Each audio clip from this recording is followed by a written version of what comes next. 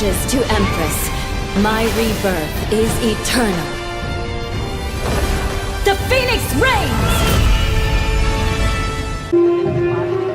ये तारा इनको बहुत ज्यादा दिक्कत देने वाला है। थोड़ा सा फिर से यहाँ पर लौट आएंगे, अंदर जाएंगे perfect.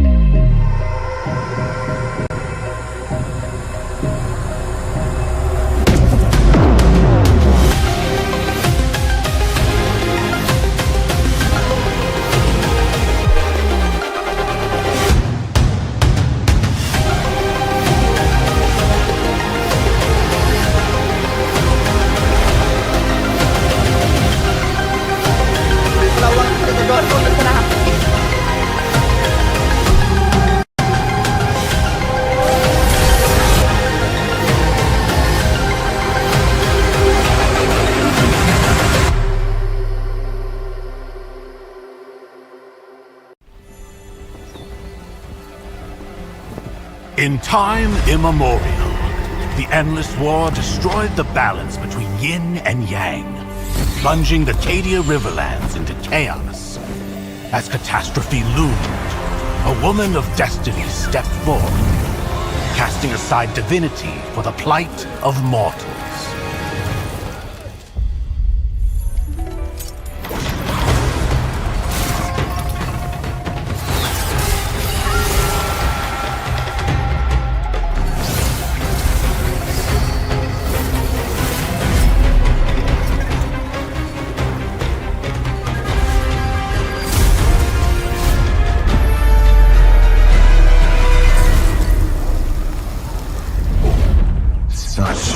Sacrifice for a fleeting moment of peace in the mortal realm.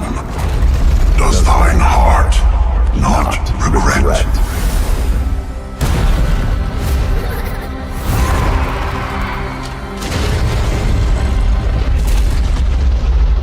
To protect the realm. What is there to regret?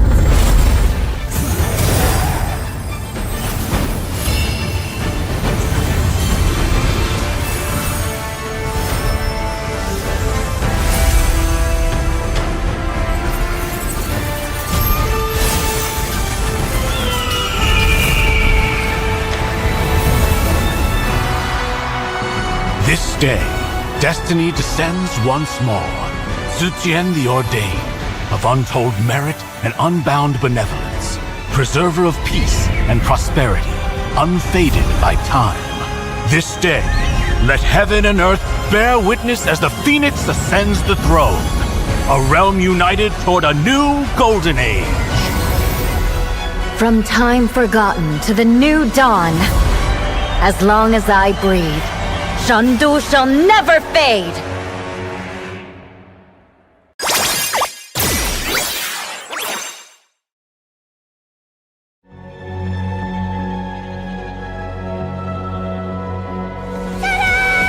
Now you'll be the best sniper ever! I'm sorry. Leave me alone. No! It's a decoy!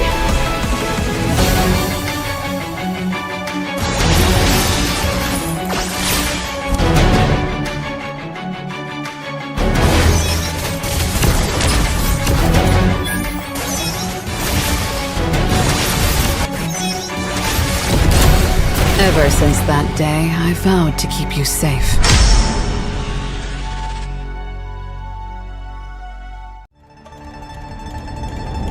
Rule with strength and conviction. Blossom with grace and compassion.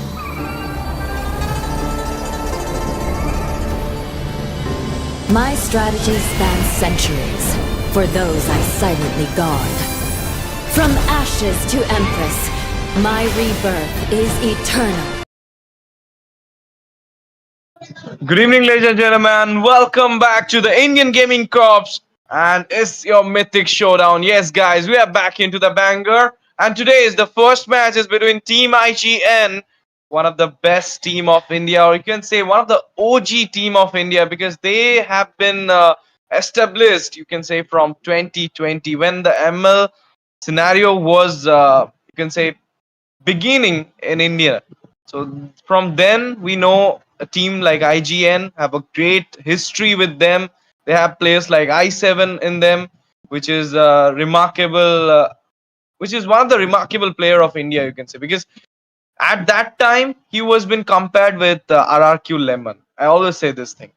And another team is obviously the special grade. They are one of a kind because they are the only team who had qualified in a tournament by beating IGN. They didn't give the chance to IGN to even qualify for the knockout. So I mean, what's make them special because they are that special grade. But now it's the Mythic Showdown, and they have to fight with IGN for a BO3 series, and one team gonna win. So who it will be, IGN or Special Grade? Let's see. But before that, I want to introduce myself. I'm STZ today in the caster deck. And the host will be Ray, obviously, but he's kind of off. He will be coming back soon. And with me, casting today is none other than my bro Mikey. Hello, Mikey. Are you here? Yeah, I am. Thanks for the introduction, Ash Easy. The first match is going to be quite interesting. It's going to be between IGN and Special Grid, but afterwards we have another match as well. That's going to be a best of three as well. That is Zohunt versus Untitled. I'm quite interested to see both of the matches, but the first one is going to be quite interesting. Both of the teams are going to get head to head for sure. I believe the match is gonna exceed toward the third round, but let's see if they have different strategies today or not. I am seeing various strategies being built up right now since we got the recent patch. Players are trying out new heroes, new strategies, new combinations, and let's see if anything different happens today or not. The typical picks are quite combined with the current patch along with the comfort picks of the previous patch. So I think the drafting phase is going to be interesting. What's more interesting is going to be the match. For real, because this is IGN versus Special Grade, and I remember a match between these two giants in a tournament, and I saw Special Grade that day was. They need to be remembered that day, as well as IGN will be remembering that day, or maybe today we're gonna see that redemption, that revenge from IGN that day. If you, I mean, I'm gonna say you, Mikey, if you don't know. Special Grade took a jawhead pick. Yeah, you're listening to the right thing. They took a jawhead pick, and that jawhead pick was totally annoying for the whole side of IGN.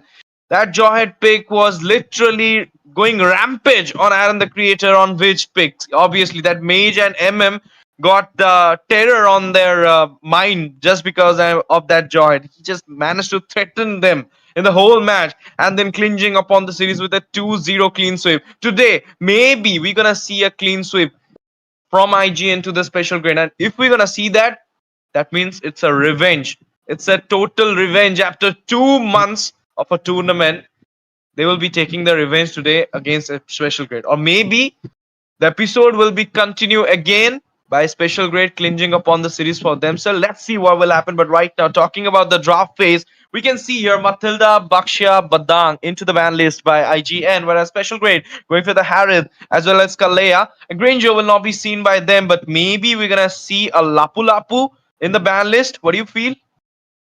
Or I think they can ban the Lapu Lapu, but there is a possibility. Whether they ban any of the EXP laners, Lapu Lapu or Uranus, IGN will get the other option. So it's better to not focus on the EXP at all, so that they can go for the other hero afterwards. And they can lock on to the they locked onto the Moscow, but I thought they can will go for something else. They could have gone for the Kimi, which is still quite annoying in the mid lane or in the gold, because her damage output is pretty good after the revamp. And from the side of IGN, they're going to go for the first pick. They can lock onto the Lapu Lapu or Uranus, as we are talking about. So for the side of Special Grade, since IGN went for the Uranus, they should go for the Lapu Lapu, because that's one of the best EXP laners right now. It's Uranus or Lapu Lapu that can be dominating in the EXP right now. Has the most potential, but let's see if they have something else to go for.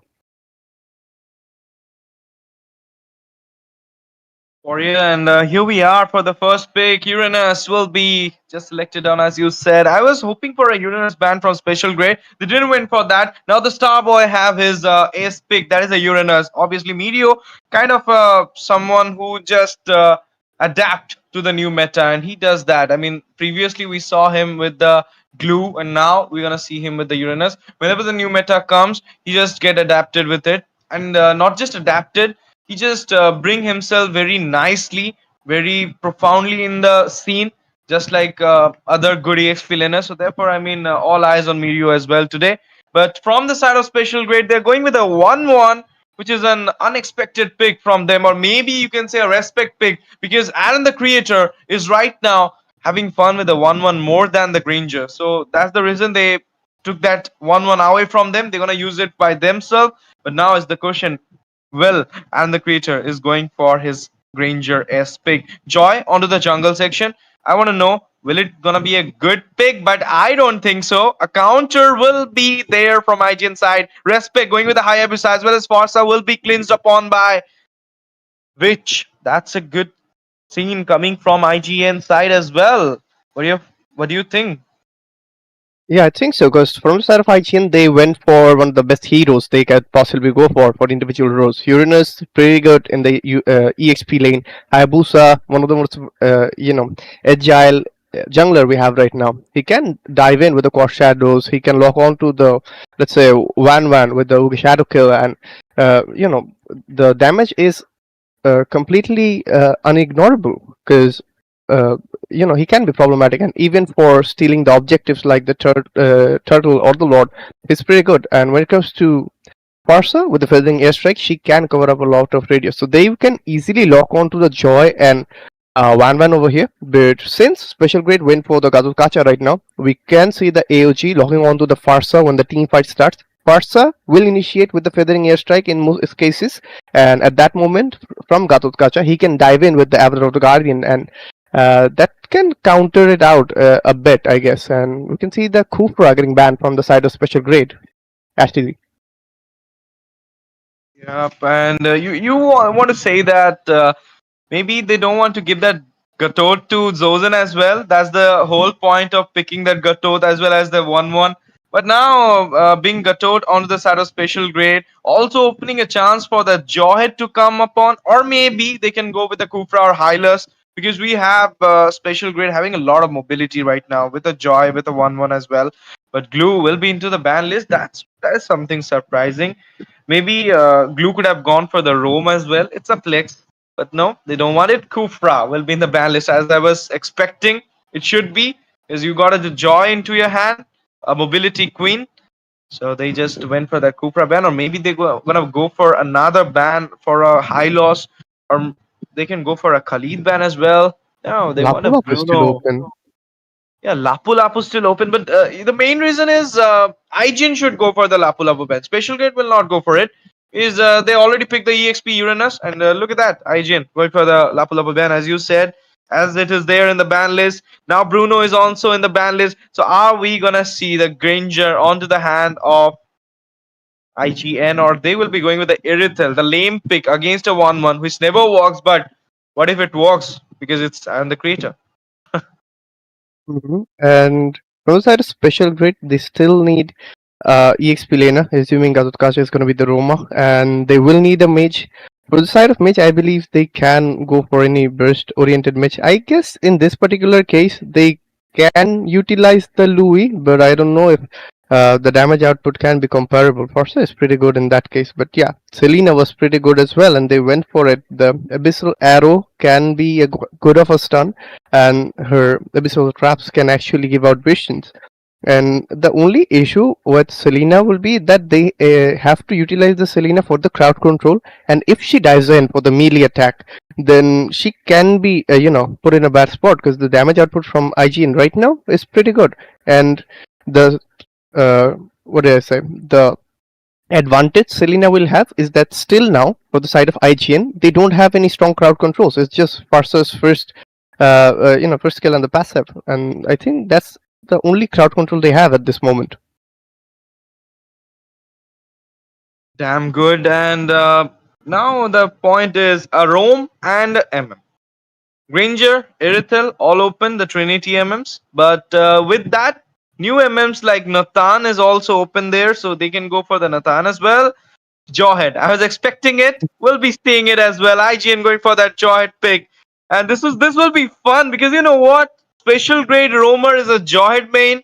Zozen is a Gatot main. and they will be like swapping their place today. Like what SM say, ek tera, ek mera. Like mera wala tera, tera wala mera. It's like that. It's that type of hero. It's just like that Phobius. It's just like that Badan. It's just like that Martis. Or you can say one of a time there was a Aldos. Something was like that. But then I don't know. अब नहीं मिलता देखने को. For the side of IGN, I believe if they utilize the Jawhead early on, that's going to give them a lot of advantage because Jawhead is a very good early game hero because the overall damage output he can provide with his passive is extreme, and the ejector is quite annoying, to be honest. He can just go around and bully the opponents over here. And for Beatrix, she's pretty good. The versatility when it comes to the guns are they give out a lot of advantage. And when it comes to Hilda, for the side of special grade, she will have the survivability. So for the side of special grade, they do have two strong front laners, but when it comes to IGN, they have front laners, that is Jawhead and Uranus, but among them two, it's going to be Uranus who's going to be most sustainable. But besides these two, the other three heroes are quite squishy, I'd say. So if special grade can counter out the Jawhead a bit, they'll have a good opening to dive in because Uranus doesn't have any crowd controls to stay in front and use anything to stop them. So special grade will have that advantage, but the damage output is going to be extreme from the early on because if they stick around for too long, it's going to be Jawhead's damage, Farsa, Uranus, even Hayabusa, the Beatrix, all of them have very good damage outputs. When it comes to special grade, they have mobility, they have the crowd control, they have initiations. I would say they have a little bit more advantage when it comes to the crowd control. So if it is team fights, I believe they'll have advantages. But when it comes to in ambushes, IGN have better opportunities to do so. That's easy. Yeah, I mean it's more like IGN have a position type. Lineup, whereas special grade is kind of aggressive lineup. They have to go to them, and IGN have to play in a hide and boost strategy. That's what Mikey wants to say. Thank you, Mikey, for the beautiful analysis of the draft. I mean, it's gonna help the viewers as well as me. I'm a PvP caster, so obviously it's gonna help me a lot. But what's gonna help you guys? I'm gonna tell you. You want some diamonds? You want that Phobia skin to be yours? Just go to the comment section. The chat section. Hashtag capital M Mythic MYTHIC. If you're going to English classes, Mythic Showdown. You just have to write Mythic Showdown, capital M with a capital S, and you will be getting your diamonds. If you're lucky, you'll be getting your prize pool. The giveaway prize pool, your diamonds to your mail by our organization, that is Indian Gaming Corps. And what do you have to do? Nothing. You just have to subscribe the channel, like the stream, share the stream to your friends, and in the comment section you have to put a hashtag, and then you have to write Mythic Showdown. Now we are here all into the Land of Dawn for the first set between Team IGN versus Special Grade BO3 series at the Swiss Stage Mania of IGC, Indian Gaming Corps, Mythic Showdown. Here we are, the fight up on the top lane. Right now we're seeing a bit of an aggression in the top lane, but I don't think any of them will have be in a squishy situation because both of them have good regions. And a bit of rotation towards the bottom lane, but there is a possibility of an engage if Jawhead goes for it. Otherwise, Gato Kacha might engage a little bit. We can see Jawhead with the unstoppable force going in, ejector being used, but Jawhead taking up a bit of damage. We can see the Ugi Shadow Kill being used, Roxy taking up a lot of damage. Jawhead is in low. Sansa Galaxy took out the Jawhead over here. So we can see another engage. Pasta was taken out by Hilda. An amazing rotation from the XP laners diving in the bottom lane over here. And we can see a lot of damage for the Uranus, but he's still surviving with the amazing region he has right now. The kill score is 1/3. The advantage is for the side of special grade because they have about 200 goals of a lead, I'd say. That's decent in 3.5 match, but that can be changed in any moment. A single fight can change the whole table around because we're still in the early game. But I might see another engage in the bottom lane. Jawhead goes in, unstoppable force being used up, ejector being used, Wan taken out by Respect. That's easy. We start from the side of team special grade, you can say, but then IGN know how to redeem. Redemption. was quite good, but now this abyssal trap and diving onto the 3 members was a mistake. Coming from the Selena will be taking her out from the map. A big mistake, a blunder from her. Was not expecting that. On the top lane, on the contrary, we can see the Hilda is, Joy is giving a little bit of hardship to the Uranus and will be taking him out in a 1v1 situation. A GG trade from the side of Special Grade as well. Turtle being up. Mainly looking at this point, I feel like Joy and the Special Grade having an upper hand for this Turtle as Uranus is not there. Nobody to guide upon the Turtle lane. I feel like they'll be having a free Turtle for them. But no, there is a God Plans coming on. No God Plan for the side of IGN. They'll be not contesting it. Easy Turtle in the process. But you know what? One more. We're gonna talk about it just before it's coming on. We are trying to take on her for the first time as well as for the second time. 0-1 is the KDA. They're taking onto the goal lane. They know that if the goal lane will be getting the early spike, it will not be a good thing for the late game. And that's the reason Team IGN is just going and ganking upon the goal lane. Is it a good idea? Neglecting the EXP, neglecting the meat?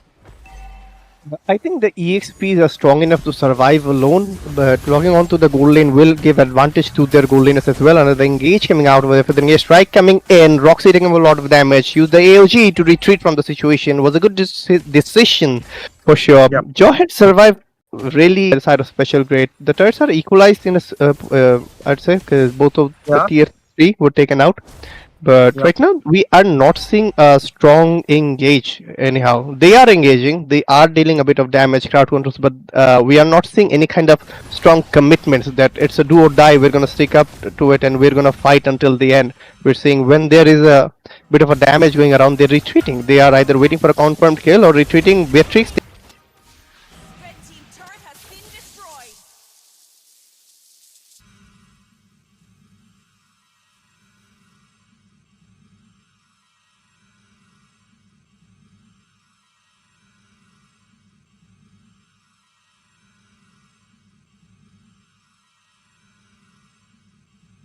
Shadow come up and here we feed.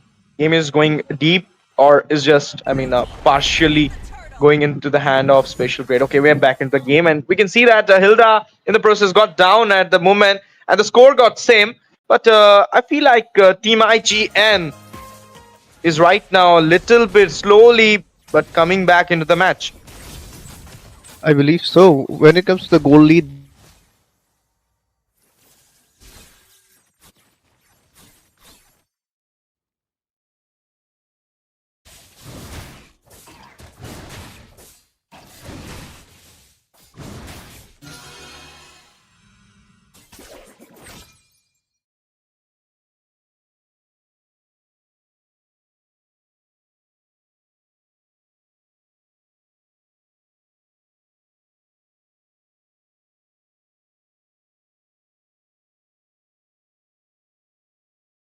a lot because the mid lane is the one, the turret that gives you the most access out of it. A bit of an issue going on, but I believe that will be rectified pretty soon. We can already see a fight breaking out. 1-for-2 trade being going up over here. Samsung Galaxy retreated with very little HP over there. He utilized his dashes quite amazingly, and he still has his electrifying beats that wasn't used over there. I believe he didn't get the chance for it. But if we look at the top lane, the tier 2 turret is being taken out of the minions alone. HTZ. Things going on, Uranus onto the save and perhaps he will be managed to save the tier 2, but it's in a very less HP. It can be taken down any time. But you know what? I feel like IGN won the trade because they got a tier 3 in the mid and that was very much important than a Lord even. When if you're getting a mid lane tier, it's really matches a lot. But now Ejector come up, Hilda, Tothkacha managed to escape, Abyssal Trap, and in the meantime, Joy comes up with the electrifying bits. Not a single fatality. Yep. Parsa survived with barely any HP left, and that was amazing. Joy was chasing around with the electrifying beats over there, and it was just a Jawhead who, was over there to help a bit. Otherwise, it would have been a gone case for Force over there. We can see the Lord being spawned up in the top lane's river from both of the teams. They will try to compete over it since the gold difference is not that much, but still now the advantage is for the side of IGN, I believe. But for when it comes to the team fights, I would say its special grade will have a better advantage because of their crowd controls and engaging capabilities. But if IGN is able to take out anyone of special grade before taking a team fight, I think they'll have a better chance to win the fight and the objective. Ash. Yeah, I feel like the Lord is now more important than anything else because whoever takes it is kind of getting those turrets down. Maybe IGN wants the Lord much more than the side of special grade because if you're gonna see the map, I see blue turrets are falling down easily from both the sides, top or bot, doesn't matter. Special grade literally done a good work in the macro as well as the micro because 7-6 is the score. I mean, they're ahead with the 1 kill.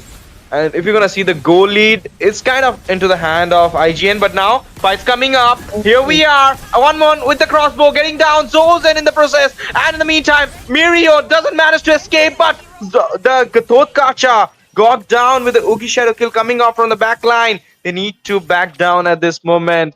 And it's a very bad thing that 4 members of the side of IGN are there, while only Hilda, being the sustained member from the side of special grade, will be going for that Lord. 1-1 coming up again. One more fight about to come. 1-1 going for the crossbow once again. Sliver of HP. Hilda managed to go for it with a flicker down. She managed to escape at the moment. Feather straight come up. Beatrix will be the one taking down Samsung Galaxy from the map, as well as 1-1 falling down. Double kill for and the creator managed to take down the Lord. In the meantime, Respect will be the one.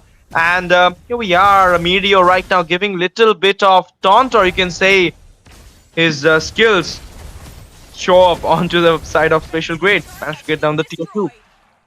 Absolutely, and right now the gold advantage is completely shifted towards IGN, and they also have the Lord advantage right now. And I think the first fight that broke around the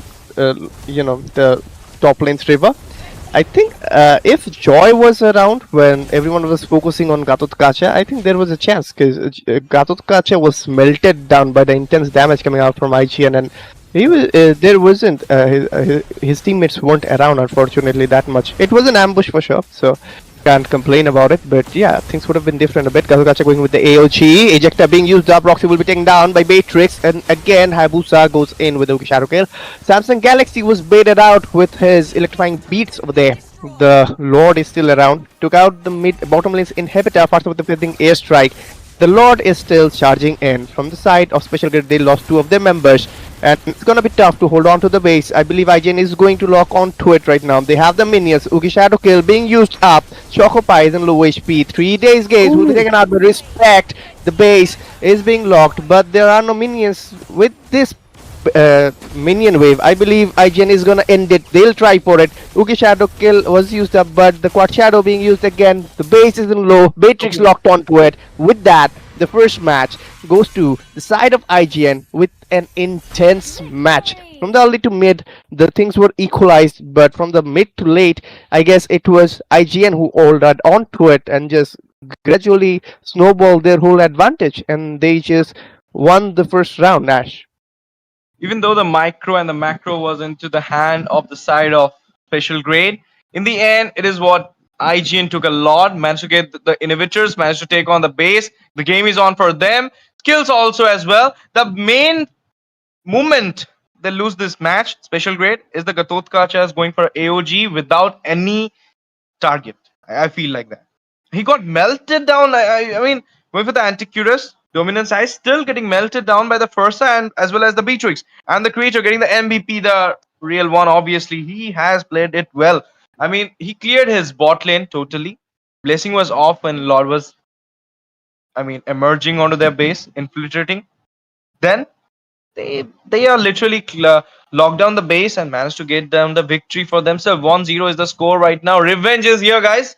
IGN is taking upon the revenge, which had happened 2 months before by special grade. Now they're gonna take the revenge. Maybe we're gonna see a 2-0 clean sweep or a comeback from them. I'm not sure about it. A reverse sweep can be happen at this stage, but looking after the first set, it was totally onto the side of special grade. They started well. They got the first blood. They got the 3 kills in just 4 minutes of the game. They got the turtles into their hand. Even the Lord was about to come into their hand. Then Gatotkacha getting fall down. Hilda was the one coming up for the Lord. Beatrix melting down the Hilda, taking on a double kill onto the 1-1. Was the changing set of the game, and they just turn around the table and take on the first set for them. A step towards clinging upon the series or cleaning upon the series with a 2-0 victory, maybe. Or they will be sitting in the passenger seat right now with a full on confidence that we are going to play a third match for real. But now we are here for the second set, IGN versus Special Grade. Mikey, are you ready? What do you feel? Which hero is gonna be banned? Which hero is gonna be picked? I believe we'll see similar bans and picks, but let's ask Ray what is his opinion about the first match.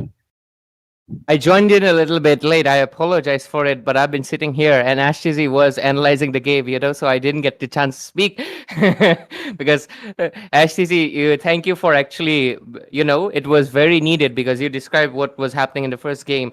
Thank you for that.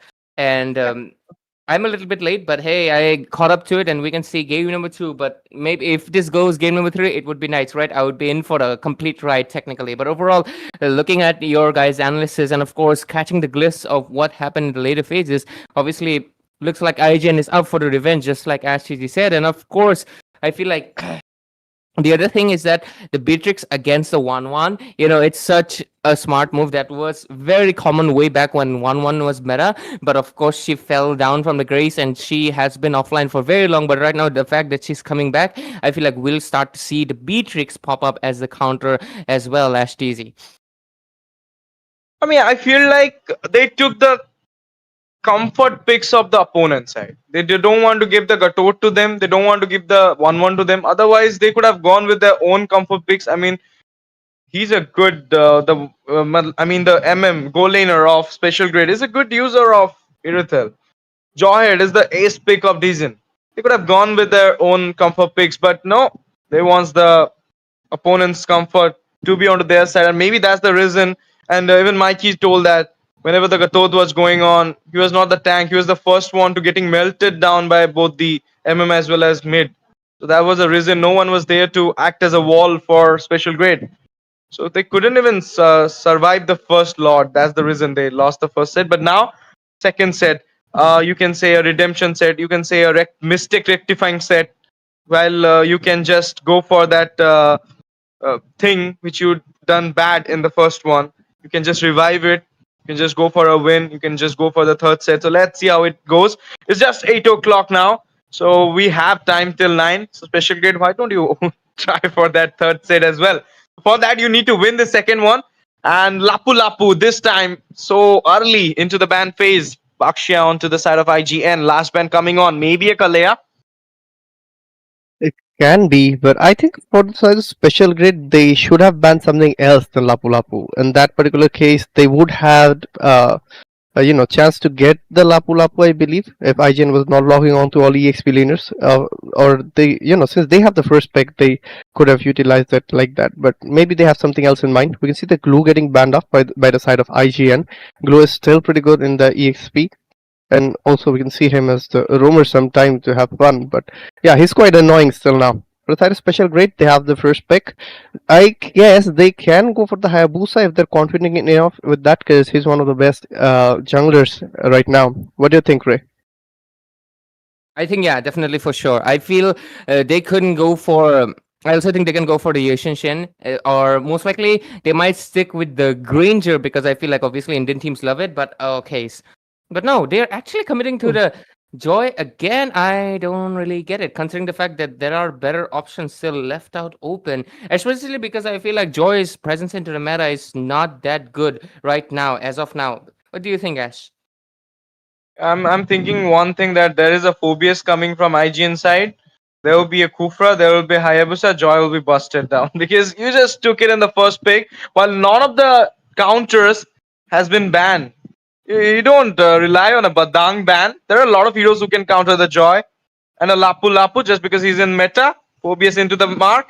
1-1 as the new comfort of Aaron. 2B into the side of IGN. Now it's a big threat for special grade. Are they gonna go for a Beatrix to counter this 1-1 to show that no, only not you can use that Beatrix against a 1-1. We can also do that. And then Aaron maybe showing them how the 1-1 really plays in the goal lane. So maybe that thing can be happen because this is what a revenge phase is going on from IGN. I feel like they will be not going soft onto special grade, but special grade being a, you can say, unstoppable team, they also managed to get on some victories onto the IGN. Also, they managed to get on some victory to other big teams as well. They will not backing off at this point. They will also fighting back. So are we gonna see a Gatot pick once again, or to counter the phobias, we're gonna see a EXP Xbox? Let's see. Okay. This is going crazy right now, Mikey. This is going crazy. I believe so. They're going with the similar picks like before, and I am amused to see that because the overall combination didn't work out as they expected in the previous round. But I believe they want to show that they can utilize the heroes differently in this one. But I think that's a high risk move over here. But high risk do bring up high rewards as well. So let's see if they can actually turn the tables around this time. For the side of IGN, they went for the Povius, and I believe he's gonna be a very big utility right now because there's a Joy in special grade. So the dashers are gonna go for the advantage of Povius over here, and there was a possibility of going with the Arlot, I believe, because he's pretty good in the EXP right now. So that would have been a counter for that could have been countered out by Phobius as well. So they went for it. For the side of IGN, they went for the Hayabusa, and yeah, as I was saying, he's one of the best junglers you can go for right now, Ray. Obviously, I think despite the nerfs, right, he's still one of the best options, and it's just surprising to me that the side of special grade is just hasn't picked up the Yushin at all. Like, it's surprising to me because I feel like he's popping off in the Southeast Asian regions. But hey, maybe they're gonna be taking their time to get comfortable with the jungles. But hey, one more thing: today is July 2025, and we've finally gotten a skin for this boy Phobius over here because he hasn't gotten skins for like what since release. 4 or 5 years, this guy had 0 skins. He defeated the rank of Vale, and Faram is going without skins. That is an insanity. I don't know why the developers nudged this guy aside for so long, but finally he has a skin, and finally you're not gonna be, without skins anymore. So yeah, congrats to Phobius. You finally got a skin, man, and I already use him. It's pretty nice, actually. Okay, 3 years to go, and he got his skin. That man was even the minions got the skin before him. I mean, the Naruto event, and then we saw some Crips are also getting the skins in the Dino map.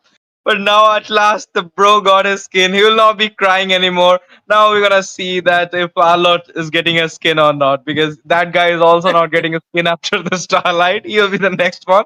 Let's see if he can get his collector or not. But now we're gonna see the Kadita ban. Yep, guys, new meta going on, and we are literally seeing Kadita bans these days. That means maybe in the MSC we're gonna see Keyboy again using the Kadita and Kumar. Okay, I was just kidding. And now we're gonna see the Tigreal ban as well from special grade. Okay, that was not expected.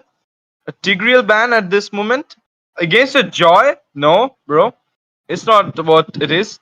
Maybe a Kufra could have been a choice because now they could have go with the Kufra or Jawhead once again from the side of IGN. How can I forget the beast? Kalea was open all this time. Absolutely, we haven't seen her that much recently, and the Tsunami Slam is gonna be in this round for sure. Let's see what she can do. She did get a bit of nerf, but she's still great, and she's a pretty tanky one still now. So whenever it comes to the engages, she can dive in, just take around any opponent of hers, and just Tsunami Slam her, easy. And for the side of special grade, I believe they have Gatut for the front laner, but when it comes to the damage output, Joy and Beatrix can do a lot of damage, but they do lack sustainability. They should take out another EXP laner who can just sustain and be in front for them. But in the last round, we saw that for the side of Special Grid, they weren't able to utilize that strategy where they can combine the tank and the EXP laner to stay up front and be up guard. But as I was saying about the Arlot, that it can be counter out by Phobius, and that's why IGN went for the Phobius. I am quite confused why Special Grid still went for the Arlot over here, because that can be easily counter out. He's gonna be in a bit of a trouble, I believe, and we're seeing the Valing getting picked as well, Ray. Yeah, Mikey, I don't get it. It's like the opponent has nails and you pick up a balloon. I don't get it. You're really putting yourself in the disadvantageous spot over here, because like so far Joy was already giving out a lot of passive stacks to the Phobius with her dashes, and right now they also have the Arlot, which is basically a recipe for disaster right now for the hands of Special Grade, and it's not looking good. They also pick up that Valir, which is not exactly one of the I would say a little bit of a bottom tier into the mid lane, because his lane pressure is really, really weak. As a mid laner, you need the lane pressure and the wave management. He's good in the team fights, but Kalia has a dash and she can easily get out of his stun range. So I think, I feel like these two last picks are just not in, and we might just see IGN might be getting a clean sweep judging on their draft, Ash TZ.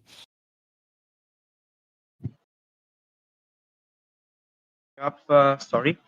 Okay. Arlot, Valir, Kimi, Kalea, last 4 picks, good from both these sides, but I feel like Special Grade this time having a good draft. I mean, with the new AXP meta, they have a good draft, but what if the comfort will work better than the new meta?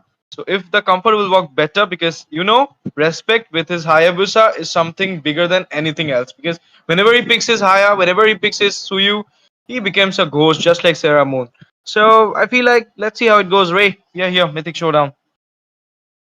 Of course, you guys take it away. Mikey, obviously, get the mic, because right now you guys are gonna jump into the game of this game number 2 between IGN and Special Grade Swiss stages, and this is the last round. They get out of the competition over here right now. So, Mikey, take it away. Absolutely, we're going to be seeing a very passive early on situation, I believe. A bit of poke going on in the mid lane, I believe, but we won't see any kind of commitments in the fight. The early game advantage, I believe, will be for the side of Special Grade, since they have the Valid over here to poke around. But after the level 4, when the first turtle is there, around that time, I believe IGN will have the most advantage. And if they start, snowballing at that point and utilize the skills, they can go a lot aggressive. HTZ. And you can feel like Team Special Grade is now kind of playing defensive, while they should have been shown their aggression in this match, because it's their do what I said. They need to take on this set if they want to go for the third one. And before it, maybe they're waiting for the perfect moment. That is a turtle fight. That is a neutral objective fight. Oh, before that, a little bit of aggression being shown by Mirio and Zozen as well. And now, okay, Samsung Galaxy going on to the Mirio and will be obstruct by the second skill. That's a good one. Now Kalea being back into the zone, as well as the turtle spawning in just 10 seconds. What do you feel, the first turtle, Mikey? Special Grade or IGN? I think Hayabusa has a better opportunity, but let's say Sansin is in low HP. Use the flicker to retreat from that situation. Being chased out by the Wan was taken out. The first blood goes to Aaron. The creator took out the Beatrix amazingly. In the turtle lane, we can see a competition going on for the turtle. Flicker was used out by Kalia, and Hayabusa dives in. Let's see what he does. The turtle was taken out by Samsung Galaxy, the Joy, and the turtle goes to the side of Special Grade. The early situation looks a bit equalized, I'd say. We can't say that any of the teams have that much of a big advantage, but when it comes to goal, it's IGN, and they did secure a kill, but the turtle goes to the side of Special Grade right now. Ash. Yes, and you can say that now they got the turtle, but they lost the kill. So you can't say that the trade is equal, because turtle is more important. They got some EXP as well as gold in the process. And that's the reason they are right now a little bit equalized in the goal section. But in the meantime, a lot of damage coming from the side of Team Special Grade onto that 1-1. The same trick is going on. They want to take on the 1-1 in the drive, but IGN managed to take on the first kill for themselves with the help of the creature. But now, fights coming up. AOG on the mark. Kimmy will be the one getting a kill onto her hand. And right now, melting upon that Roxy. Roxy needs to back off at this point. We'll be going back. But still, the notebook is not open from the side of Special Grade. Yeah, still now we can see that from the side of Special Grade, they're trying to go for the kills, but IGN has a bit of mobility and they do have the advantage to retreat from situations because of the heroes' kills. And they still haven't given out any of the kills for them. There is a rotation coming out from Special Grade towards the bottom lane, but already Van got the vision, so Hayabusa won't go aggressive out there. They can engage if the Keria goes around, and I believe they are gonna go for an ambush around the Valor, and they're hoping for it, they're waiting for it. But in the mid lane, we might see an engage.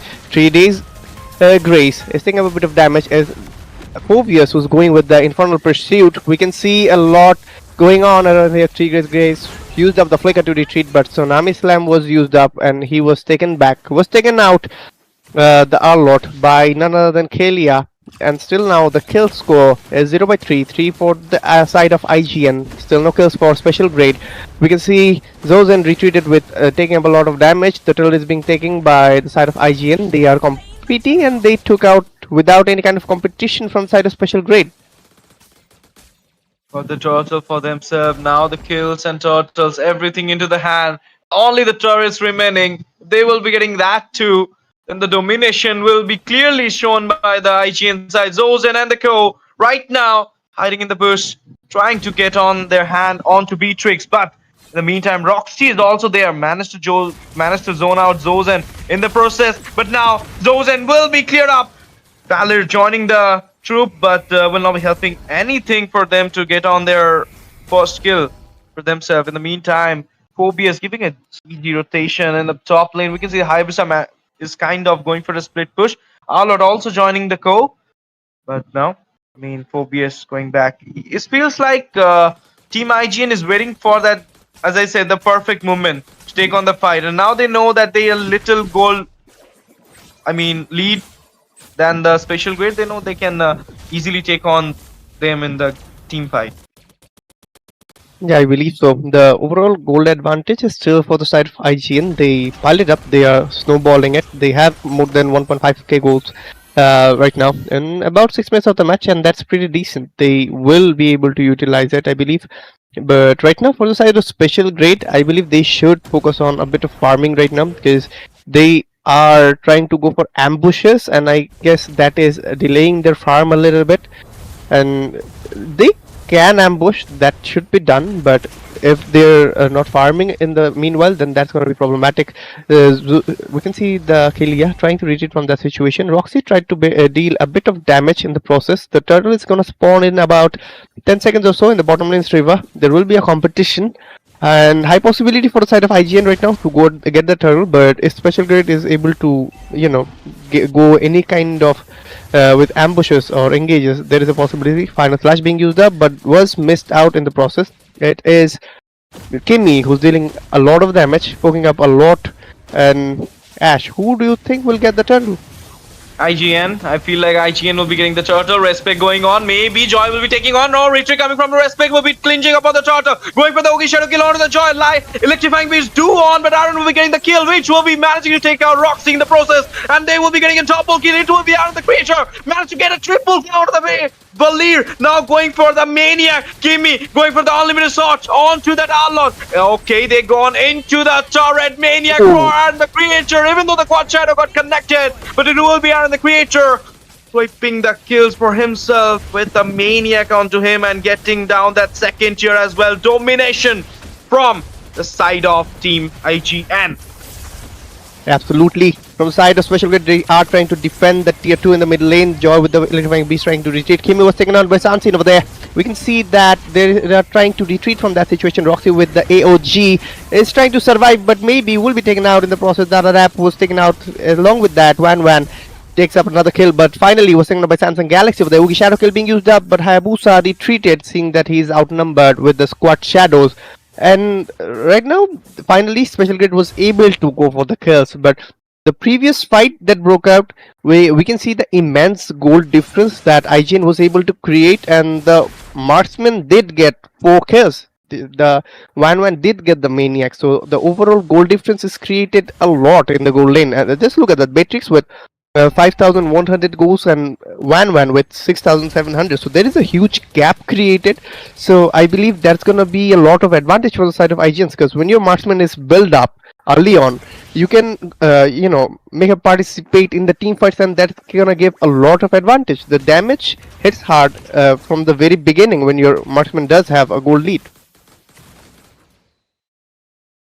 Yes, and here we are once again. A fight is coming on. Quad Shadow being connected. Whoa, Aaron the Creator being there. Okay, have to wait now.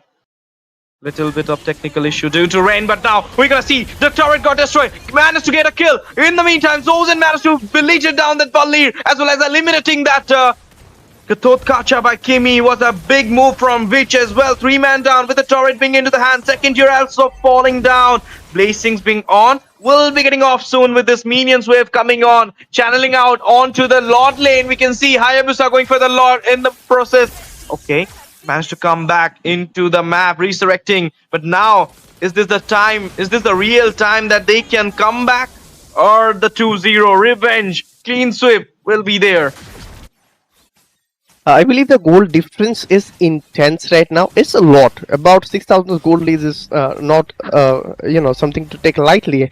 And we're just about 10 minutes of the match. So this particular gold lead is gonna give a lot of advantage to IGN. We can see that the damage output coming out from IGN and their survivability in team fights is giving them an edge over here. And any particular fight that has broken out, we can say that Special Grade is trying hard, but they are lacking the survivability over here because of that lack of durability. And I guess from this current situation, IGN has a very high chance to end the match with this particular lead, unless Special Grade is able to push it to the end. But I don't think IGN is going to give that chance. Uki Shadow being used up, Sanchin was taken out by Respect. We can see that the Lord was defended, but the minion wave is still being put up over there, and a lot of things are going on. AOG coming in the process. We can see 3 days race is trying to survive, wasn't able to. Aaron the Creator took him out in the process. Double kill for the Wan again. The mid lane's inhibitor will be taken out for sure. For the side of IGN, they will lock on to the inhibitor. What do you think, Ash? Yeah, they managed to get the second inhibitor as well. Now Quad Shadow being on. Ogi Shadow kill coming up, but Beatrix will be getting down. Zohunt in the process. Double kill for the Beatrix. Mirio got down as well. Now they managed to get down the third inhibitor, but the minions will be cleared down easily. Now, what if they can take on the game? Oh my goodness, Quad Shadow, and that damage from Respect was insane. Unstoppable for them. Now they managed to get the kill, but in the meantime, crossbow come off, and a lot of damage is on to Alot.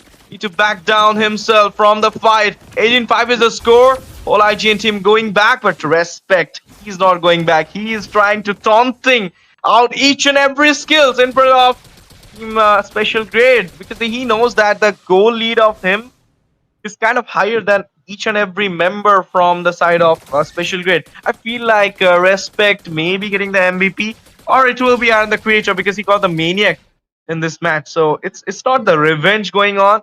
This kind of dominating revenge going on from their side. They wants to, I mean, I don't want to say this, they wants to just take down them anyhow. I mean, anyhow possible.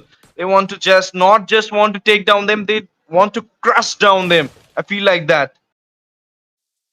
I think so as well. They are quite determined to go all in over here, and they're doing that for sure. Another engage might come around. The Tsunami Slang being put up. A lot of damage for the Gatos Kacha. Rocky was taken down in the process by Phobius. Infernal Pursuit being used up. The Galaxy was taken out by Hayabusa. Things are not looking good. There is no front liner right now. It's Alot, but he will take up a lot of damage for sure. The base is being locked up. Ugi Shadow Kill being used up, and with that being said, Alot was taken out as well. Base being locked by Kimi. With that, another engage and 2 consecutive wins for IGN. Double kill for 1-1, and the Creator MVP will be going to him. And as Mikey said, 2-0 is the score. and it will be IGN going to the next round with a sad face. Special grade need to go back to their home. Sorry for that, but what a win from IGN! What a revenge from IGN! Ray will be describing it more. I mean, professionally, I can feel. Well, talking about professionally, I feel like obviously the draft was a little bit off, just like we discussed. Not having a proper mid lane that was strong enough, and then they also picked up an EXP laner that is easily countered by the already picked up EXP laner from the hands of IGN. That was the least of their concern. Also picking up a jungler that is not exactly the most meta oriented right now. In my opinion, humble opinion, I just feel like Joy ranks a little bit below. Like if Hayabusa is S tier, like their jungles are SS tier, which is the Yushin Shin right now. But after that falls Hayabusa. After that comes like other junglers, like they are still good, like Suyo, or you can even go for something like what was it again? Like fighter jungles, Fredrin, yeah, Fredrin. Yeah. Then I would rank Joy below that. So she's like a very below rank jungler right now. So I do not prefer her. And I feel like if you're gonna pick her, you have to have so much discipline, and like basically executing is really hard. So I feel like if they wanted to commit to it, they needed much better mid laner, which they did not have. They needed an EXP laner that could either stall the opponents or either have so much CC that they could overwhelm. Arlott fills the second category really good, but the thing is that he's getting countered by the Phobius. If they wanted to go for the, what do you say, Arlott so badly, they could have banned out the Phobius beforehand. I feel like the draft was very last minute, and I feel like Special Grade were just not up to the mark this time around, and IGN is the one stepping up their game and being one of the first teams from this bracket to qualify to the qualifiers, which is the playoff stages and the knockouts. So congrats to IGN for finally making it. And of course, we're going to be having some closure. I want, of course, Mikey, you can have your opinion and obviously close this game, because we also have another BO3, don't we? I believe for the side of Special Grade, the whole issue from their end was the draft. And if they were able to rectify it or choose better heroes, I think things would have been different. But they were the draft was not good. It was, if you compare it, it was too good for the side of IGN. They measured the whole options, they took out the best out of it, and they utilized the heroes perfectly. Actually, Mikey, I feel like draft was good, but as Ray said that if you're going for Arlott, you could have banned the Phobius. If you're going for a Joy, you could have banned the Hayabusa. That's the thing. I mean, they picked good heroes, but they didn't ban the counters. I mean, that's the reason that you can say draft was bad, but it's not like the heroes were bad, because as Ray, you said Hayabusa, but now Hayabusa is not even in the S tier. He's falling down just because of the nerf. Even the Joy got the nerf. Once upon a time, Joy was in that tier. But now both of them are falling off. But against a Joy, Hayabusa works beautifully good. And we saw that in the first round. Couldn't have done the same mistake in the second round. So mentally, kind of, you can say they're down today after the first loss. But I know them. They will be rectifying their mistake. They'll be coming back stronger. And they will be getting into the victories in some other tournaments, shining upon each and every teams. I feel like that. So all the best for your future journey. Congratulations to IGN for getting into the knockouts. Of course, and ladies and gentlemen, make sure you stay tuned on Indian Gaming Corps in this Mythic Showdown Season 1, because we are in the last round of the Swiss stages to the last few matches, and the last match we'll have tomorrow, but right now we have another game, which is Zohunt versus Untitled, so make sure you stay tuned, and we'll be right back with a new batch of classes, so stay tuned and we'll be back. ये तारा इनको बहुत ज्यादा दिक्कत देने वाला है। थोड़ा सा फिर से यहाँ पर लौट आएंगे, अंदर जाएंगे pop.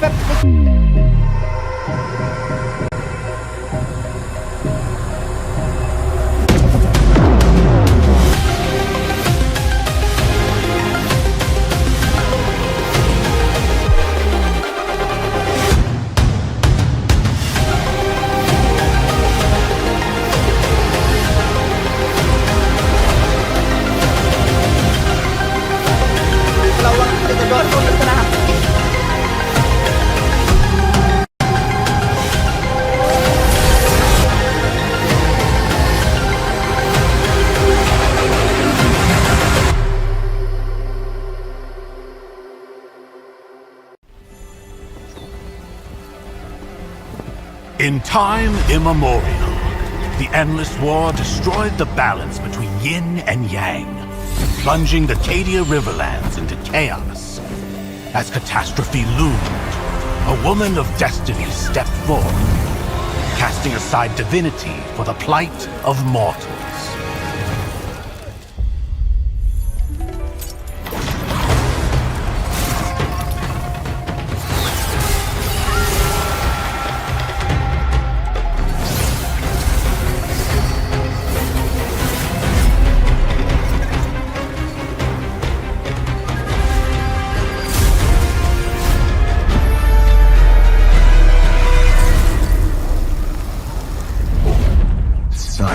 Such sacrifice for a fleeting moment of peace in the mortal realm. Does thine heart not regret?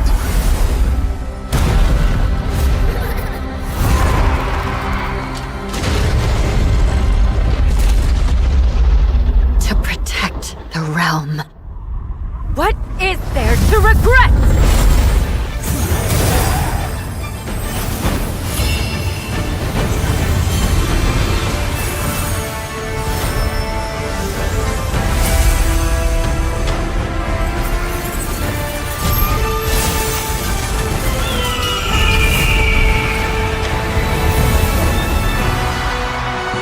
This day, destiny descends once more.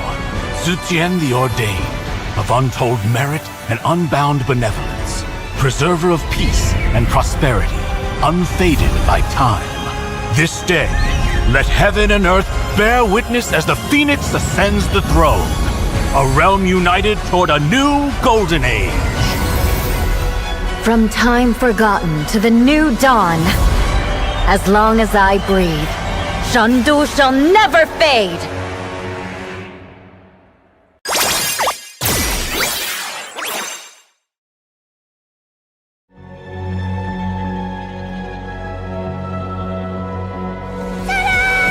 Now you'll be the best sniper ever! I'm sorry. Leave me alone. No! It's a decoy!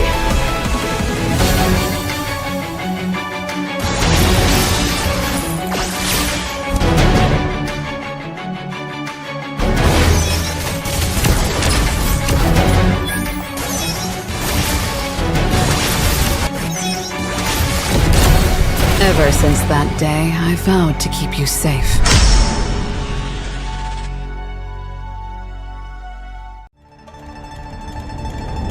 Rule with strength and conviction. Blossom with grace and compassion.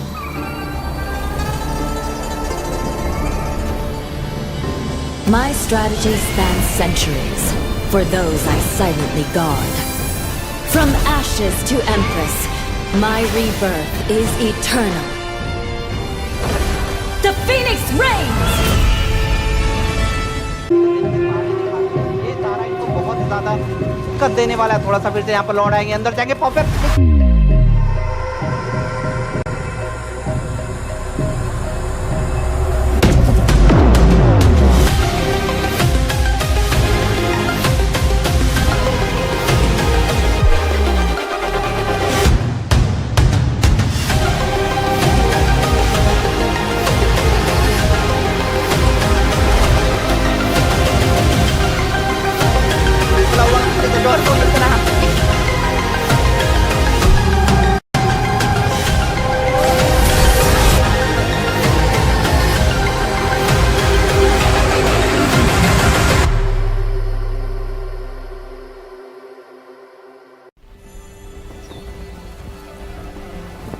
In time immemorial, the endless war destroyed the balance between yin and yang, plunging the Cadia Riverlands into chaos.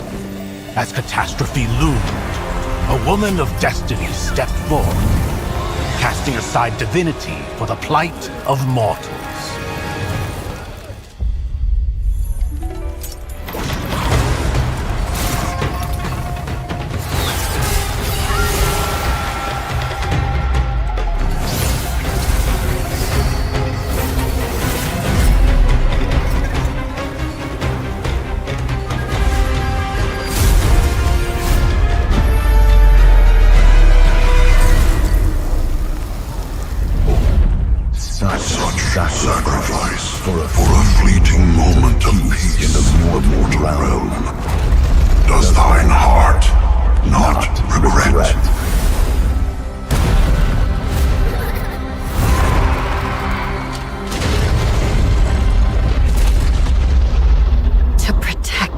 realm. What is there to regret?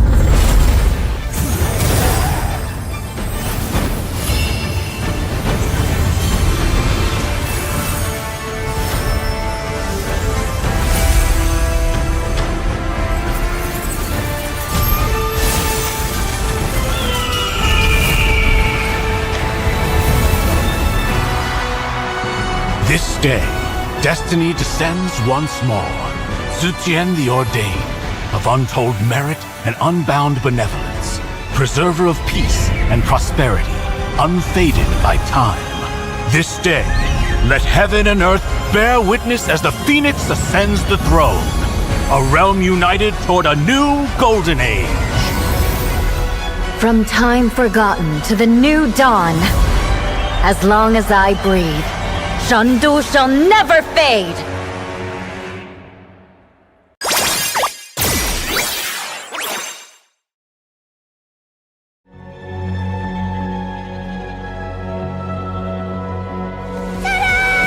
Now you'll be the best sniper ever!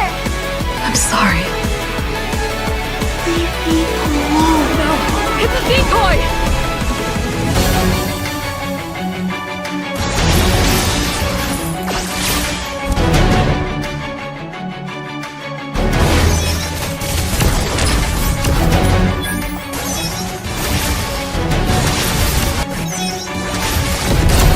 Ever since that day, I vowed to keep you safe.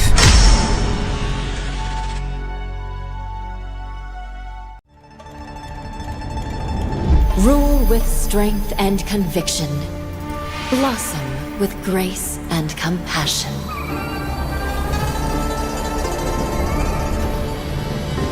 My strategy spans centuries, for those I silently guard. From ashes to empress, my rebirth is eternal. The Phoenix reigns! ये तारा इनको बहुत ही ज्यादा दिक्कत देने वाला है। थोड़ा सा फिर से यहाँ पर लौट आएंगे, अंदर जाएंगे popup.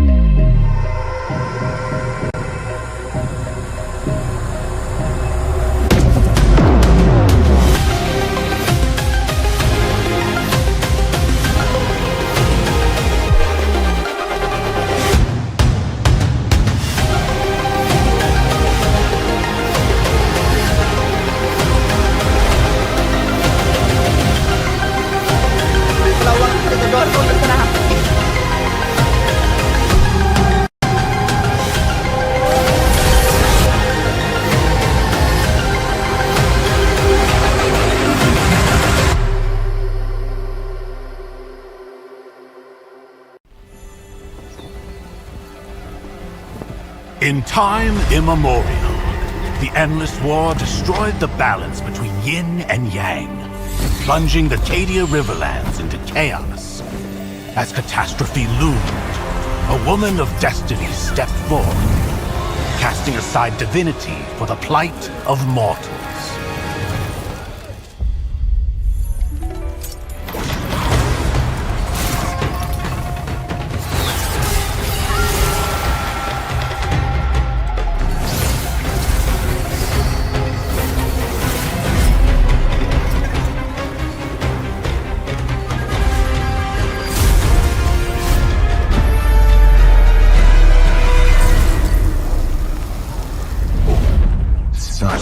Such sacrifice for a fleeting moment of peace in the mortal realm. Does thine heart not regret?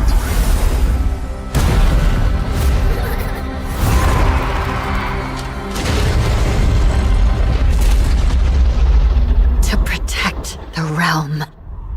What is there to regret?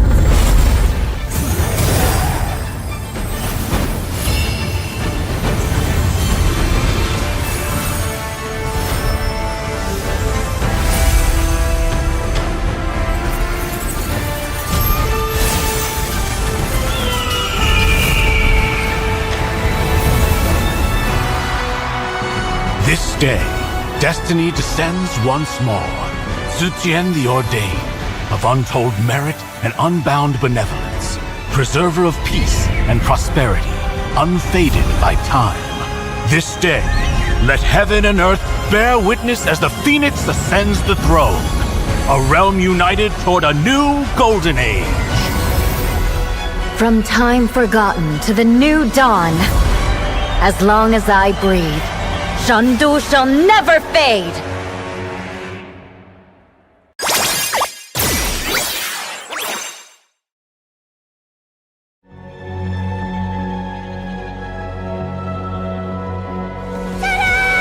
Now you'll be the best sniper ever! I'm sorry. Leave me alone. No! It's a decoy!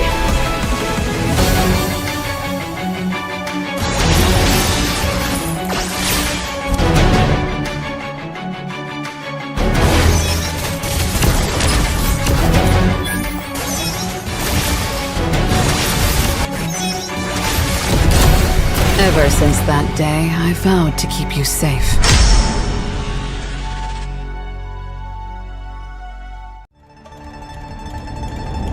Rule with strength and conviction.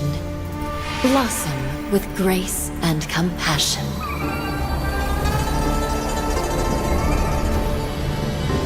My strategy spans centuries for those I silently guard.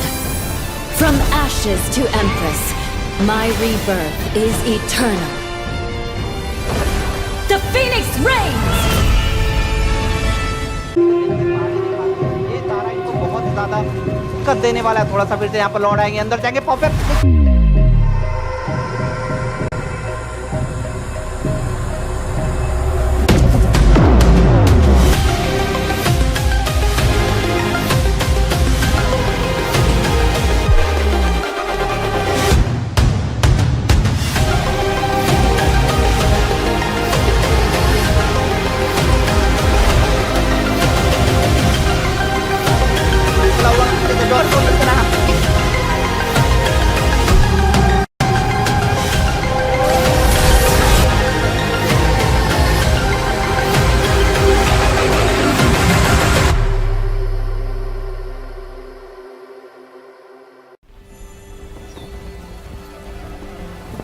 In time immemorial, the endless war destroyed the balance between yin and yang, plunging the Cadia Riverlands into chaos. As catastrophe loomed, a woman of destiny stepped forth, casting aside divinity for the plight of mortals.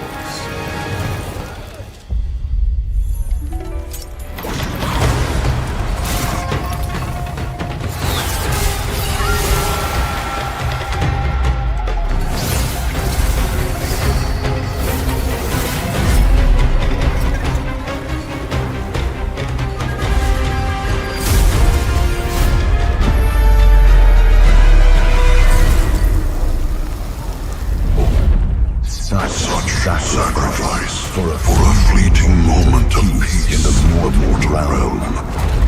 Does thine heart not regret?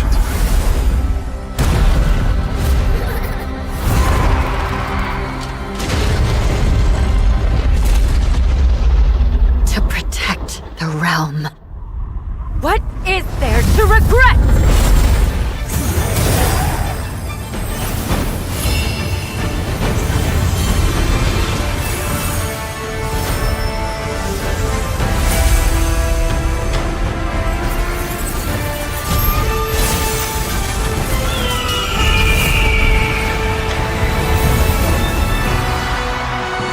This day, destiny descends once more.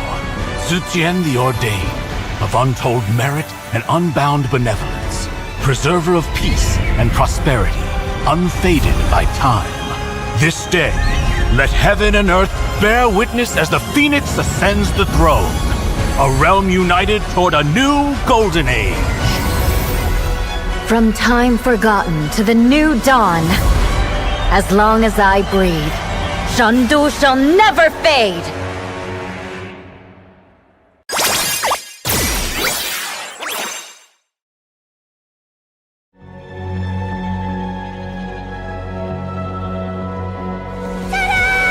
Now you'll be the best sniper ever!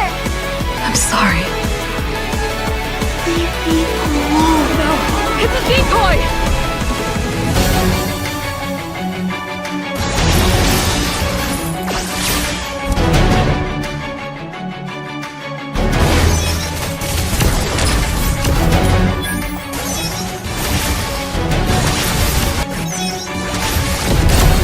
Ever since that day, I vowed to keep you safe.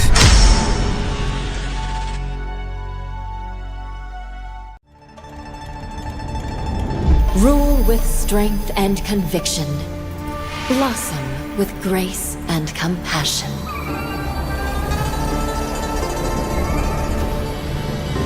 My strategy spans centuries for those I silently guard.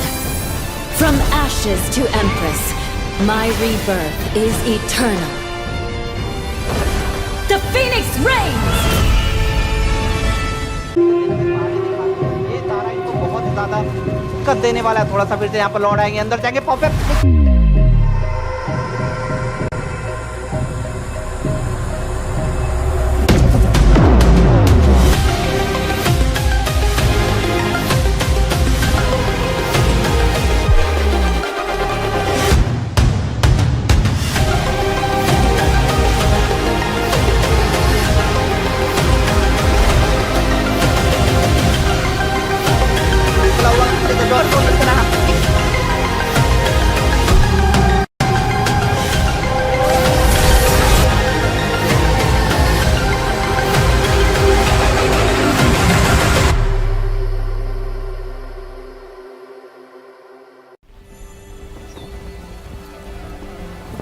In time immemorial, the endless war destroyed the balance between yin and yang, plunging the Cadia Riverlands into chaos.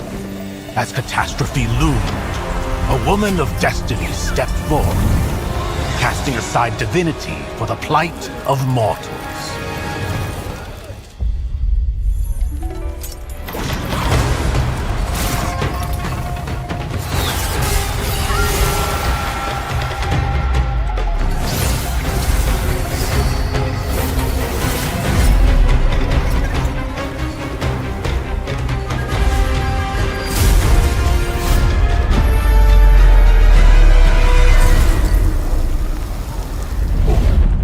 Such sacrifice for a fleeting moment of peace in the mortal realm. Does thine heart not regret?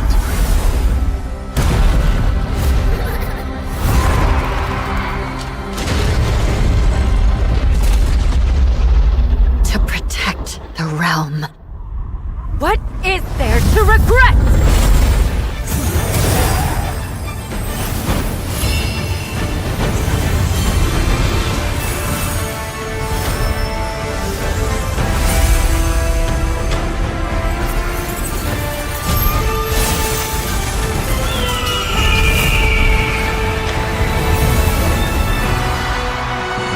This day, destiny descends once more. Zutian the Ordained, of untold merit and unbound benevolence, preserver of peace and prosperity, unfaded by time. This day, let heaven and earth bear witness as the phoenix ascends the throne. A realm united toward a new golden age. From time forgotten to the new dawn. As long as I breathe, Shandu shall never fade!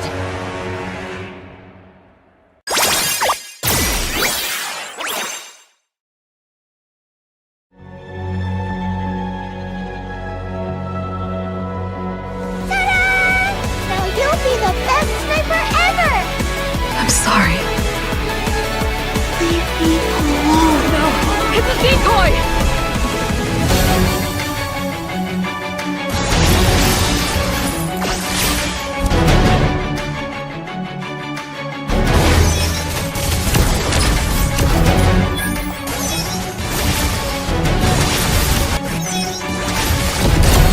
Ever since that day, I vowed to keep you safe.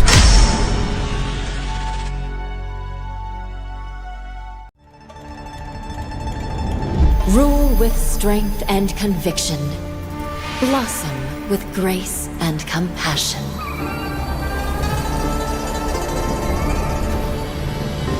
My strategy spans centuries for those I silently guard. From ashes to empress, my rebirth is eternal. The phoenix reigns! ये तारा इनको बहुत ज्यादा दिक्कत देने वाला है थोड़ा सा। फिर से यहाँ पर लौट आएंगे, अंदर जाएंगे popup.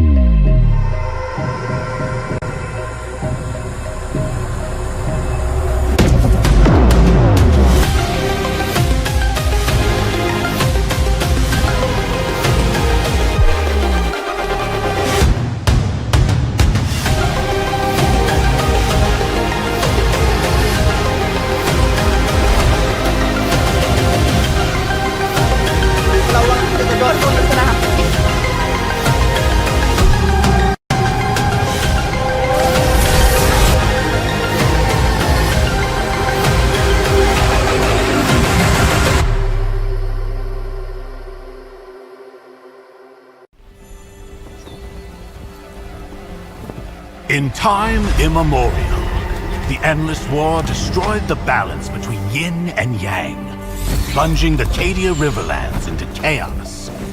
As catastrophe loomed, a woman of destiny stepped forth, casting aside divinity for the plight of mortals.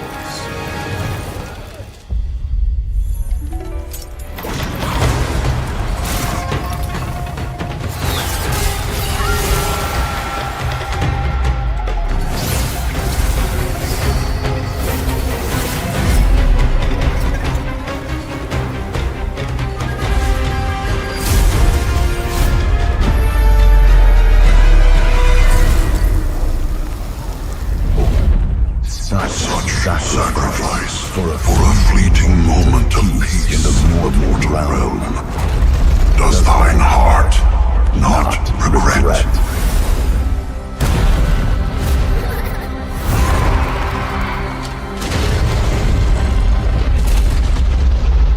To protect the realm.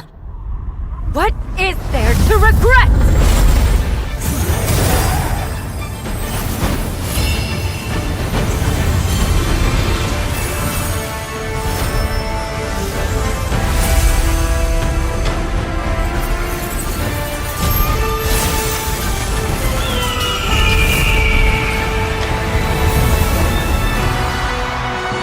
This day, destiny descends once more. Zutian the Ordained, of untold merit and unbound benevolence, preserver of peace and prosperity, unfaded by time. This day, let heaven and earth bear witness as the Phoenix ascends the throne, a realm united toward a new golden age. From time forgotten to the new dawn, as long as I breathe, Shandu shall never fade!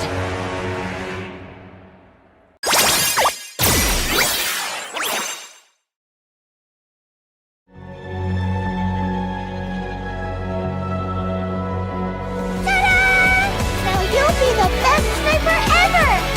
I'm sorry. Leave me alone. No! It's a decoy!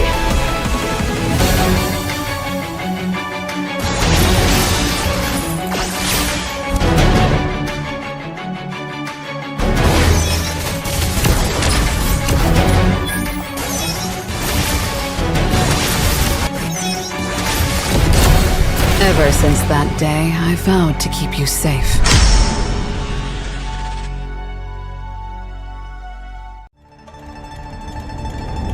Rule with strength and conviction. Blossom with grace and compassion.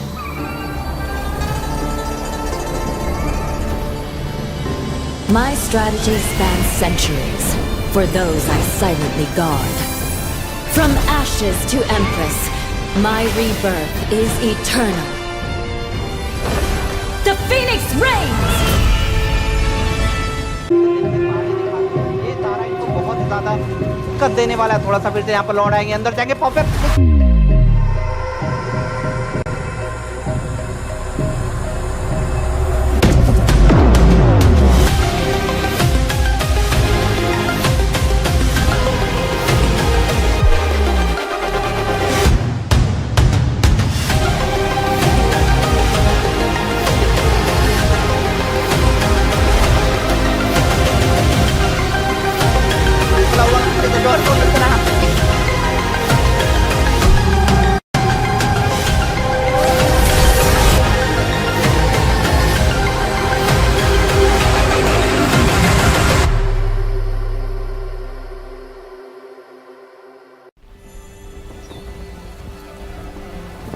In time immemorial, the endless war destroyed the balance between yin and yang, plunging the Cadia Riverlands into chaos. As catastrophe loomed, a woman of destiny stepped forth, casting aside divinity for the plight of mortals.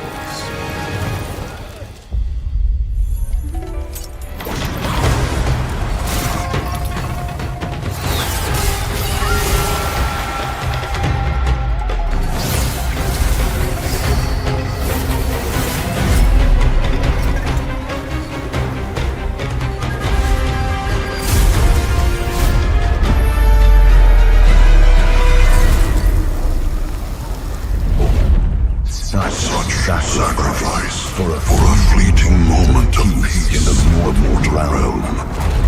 Does thine heart not regret?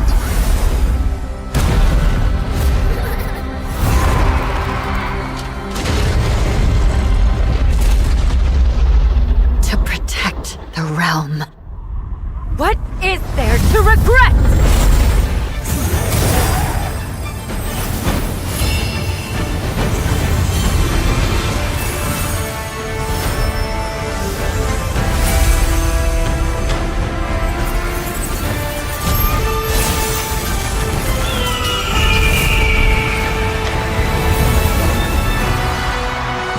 This day, destiny descends once more. Zutian the Ordained, of untold merit and unbound benevolence, preserver of peace and prosperity, unfaded by time.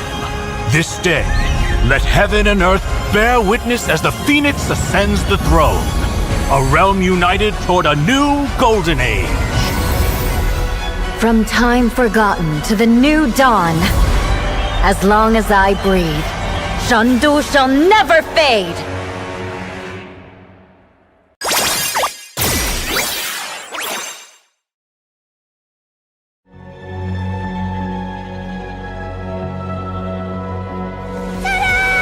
Now you'll be the best sniper ever! I'm sorry. Leave me alone. No! It's a decoy!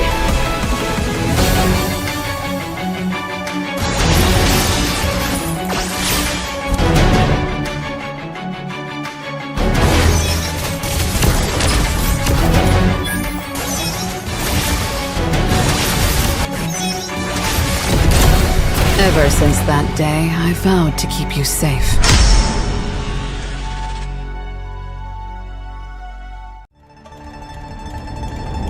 Rule with strength and conviction. Blossom with grace and compassion.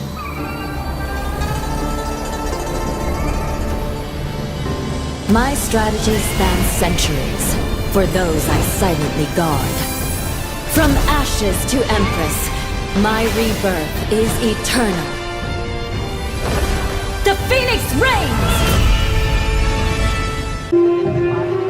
ये तारा इनको बहुत ज्यादा दिक्कत देने वाला है। थोड़ा सा फिर से यहाँ पर लौट आएंगे, अंदर जाएंगे popup.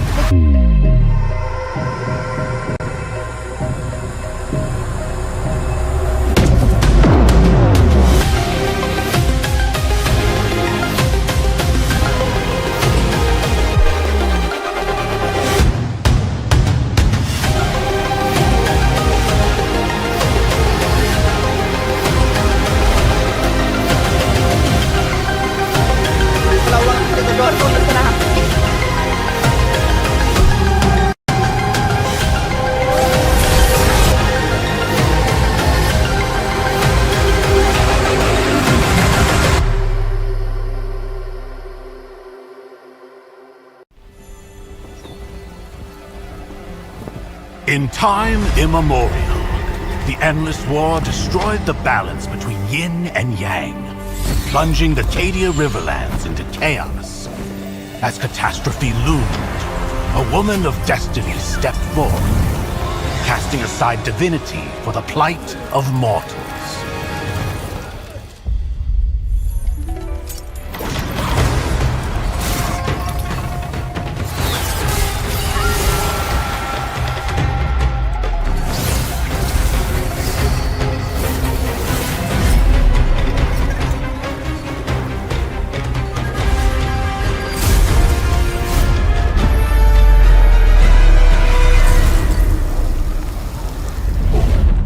such sacrifice for a fleeting moment of peace in the mortal realm.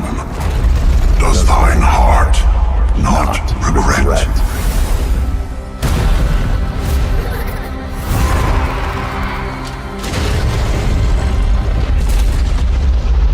To protect the realm. What is there to regret?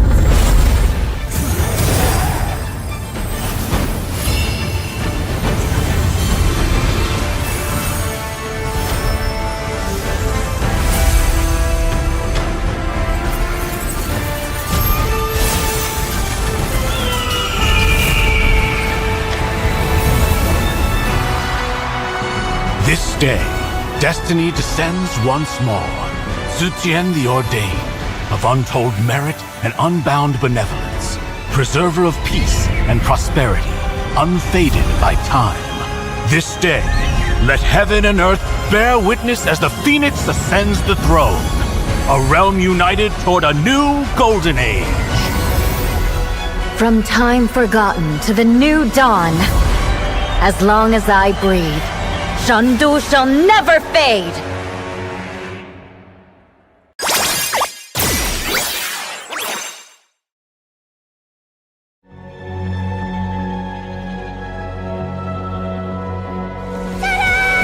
Now you'll be the best sniper ever! I'm sorry. Leave me alone. It's a decoy!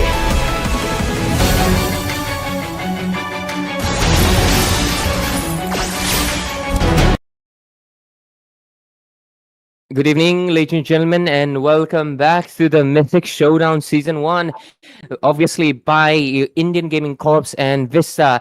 And tonight we're going to be jumping back into the last matches of the Swiss stage. Yep, we are already at the round 5, and we are already done with one game. There's only 2 matches left, and this is basically the second one. Tomorrow we will have the final showdown of the Swiss stage, but that is for tomorrow. Today we're going to be seeing one of the last matches, which is going to be Zohunt versus Untitled. Both of these teams have 2 points. Basically, either they win and get into the playoffs, or they lose and get eliminated out of the competition. So of course the hype is on, and so is the stakes, and we'll see who wins it out. Intercasting this, myself, Ray. I am the host, and joining me is, of course, this beautiful lady over here on to my right, Asuya, with those nice hair, and we have Debbie over here, who is very happy to cast for Dusty Mizo. Bro.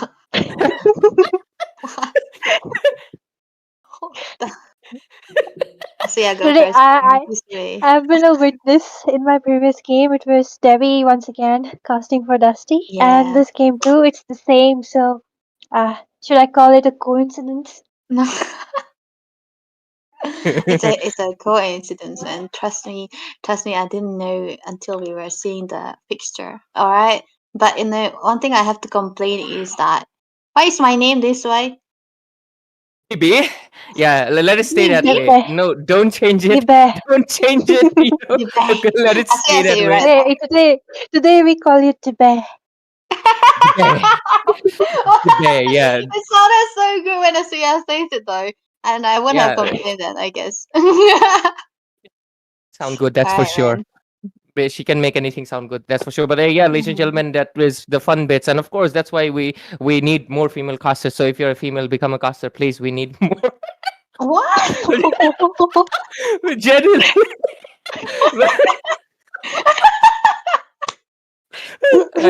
I forgot that this is not a VC. I apologize, but yeah, this is just fun to have your friends on the casting desk. But anyways, ladies and gentlemen, it's gonna Ray, control. he's happy today, ladies and gentlemen, that he's not on cam, because then everyone No. would have seen his condition. Yeah, true. because I'm not kidding. I just fell down face down, like literally with my full body. Like I might have broken something, Oh my but God. I'm not sure. Start But yeah. exercising, Ray. Your center of gravity isn't working. No, it was the floor was wet, and I was wet as well. So because of it, I fell Okay. down really Oh my hard. God, you're wet, Ray. Oh Yeah, my God. feet was wet because I just washed my feet. That's why. And the floor was Okay. also wet because there was some water spilled from earlier, and because of it, yeah, I fell down really hard, which is very funny considering I'm So are you laughing right now. Like, casting? in the Yeah, bathroom, Ray? Why is the floor wet when you're sitting not in because the bathroom? sometimes you spill the water when you're trying to clean, and I forgot to wipe it off. Okay, so yeah, it Oh happened. my But God, Ray! I didn't know you like cleanliness. what do you mean? I'm one of the most cleanest person because I like everything neat and tidy. But why are we gravitating so away? This is why I don't sit with Asuya because I can't focus on the game. She Not so tends loudly. to she tends to bring up topics that I usually wouldn't with others. But overall, yeah, of course, we're gonna be diving into the draft phase really soon. I was told the teams were ready. So what is this? So let's go into the drafting phase because Zohunt versus Untitled is gonna be an interesting one because Zohunt is one of those teams that is Debbie's favorite for DB's favorite, of course. But also the thing is that I think they have been on kind of a decline, considering the fact they were one of the top teams in like recent tournaments. They were easily top 5, top 4 in a lot of tournaments. But I don't know why right now they're in such a bad state because right now they're at the point of elimination. I really thought that they would be joining LCF and Tartarus the first, but right now they're kind of struggling. And Untitled, on the other hand, being a wildcard team, they have been on the winning streak. They went from 0-2 for 2-2. So that basically means that if they win this one, it's a full win streak, a full bounce back from the down point, and they will be into the playoff stages. So Zohan better be ready. And of course, this is the draft phase. And Debbie, what are your predictions? Like anything on your mind? I think it has to always be, against Johan, just ban away the Fredrin and the Baksa and you're good to go, I guess. But yeah, I think for Johan though, they always stick to the Matilda ban or the Kalea ban when they are onto the red side. So maybe they could go for that too, or even the Hayabusa, they could work around that. So that's just what I'm thinking. But then again, they go for the Uranus, man. No Lapu Lapu ban just yet. Asya, what do you think? Well, I agree with her. But then again, we do know that, Dusty really likes to play around those fighter junglers. So maybe just banning away or maybe picking up something which can just curtail the Prime because he's pretty good with his glow gold and Dusty. Because, every game I have seen them, these two are the pivotal points. And they always make sure that somehow, even if they are towards the losing side, they turn around the game, right?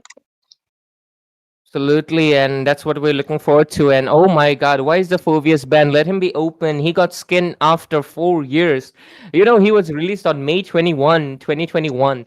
So exactly 4 years later, he got his first ever skin. Basic skins do not count because they release with the hero. But so yeah, first skin in 4 years. He have beaten the record of Vale, which was 1.5 years, and Faramis, which was 2.5 years by a mile. Like poor guy, man. Finally got the skin, and right now he's not gonna be seeing the land of dawn. But yeah, jokes aside, I think that is a good one because I feel like maybe Untitled can go for something with dashes. Of course, Arlot is a good option lately. A lot of teams have been picking up, so eliminating out the Phobius is really good. But I'm really looking forward to the first pick because right now, just like Debbie, we've seen the other Southeast Asian teams, they like to prioritize different heroes, Yeah. but India, they like to prioritize the Granger a lot, or sometimes they like to prioritize, of course, even the mage. So I'm really looking forward to if they're gonna stick to that, or today the script will be changed. Yeah, I'm really looking forward to it as well because and like you mentioned, the Gwenter is not that popular, but also onto the other reason. I mean, the Yisun scene is so popular, right? I would really love if India brings back the Yisun scene as well. But for Untitled though, they are banning away all the tankies here. If they go for the ban onto the Fretin also, I wouldn't be surprised here because they could try to go for the Lapu. Oh, actually, they won. They won. They won. They are the one actually banning out the Lapu Lapu when they had the first pick. Ah. Okay, so they don't really want the Lapu Lapu for themselves as well. So Zohan, what could they ban here? Is it gonna be another XP lane ban or is it gonna be an assassin this time around? Well, they could definitely work around because this is the crucial ban right there. Maybe banning out another EXP, but Mm, I think most of the best EXPs have been taken away. Although, mhm. it's. I. Ray, what do you think? What could be the last ban? think it possibly could be the Hayabusa or maybe a Farsa, in my opinion.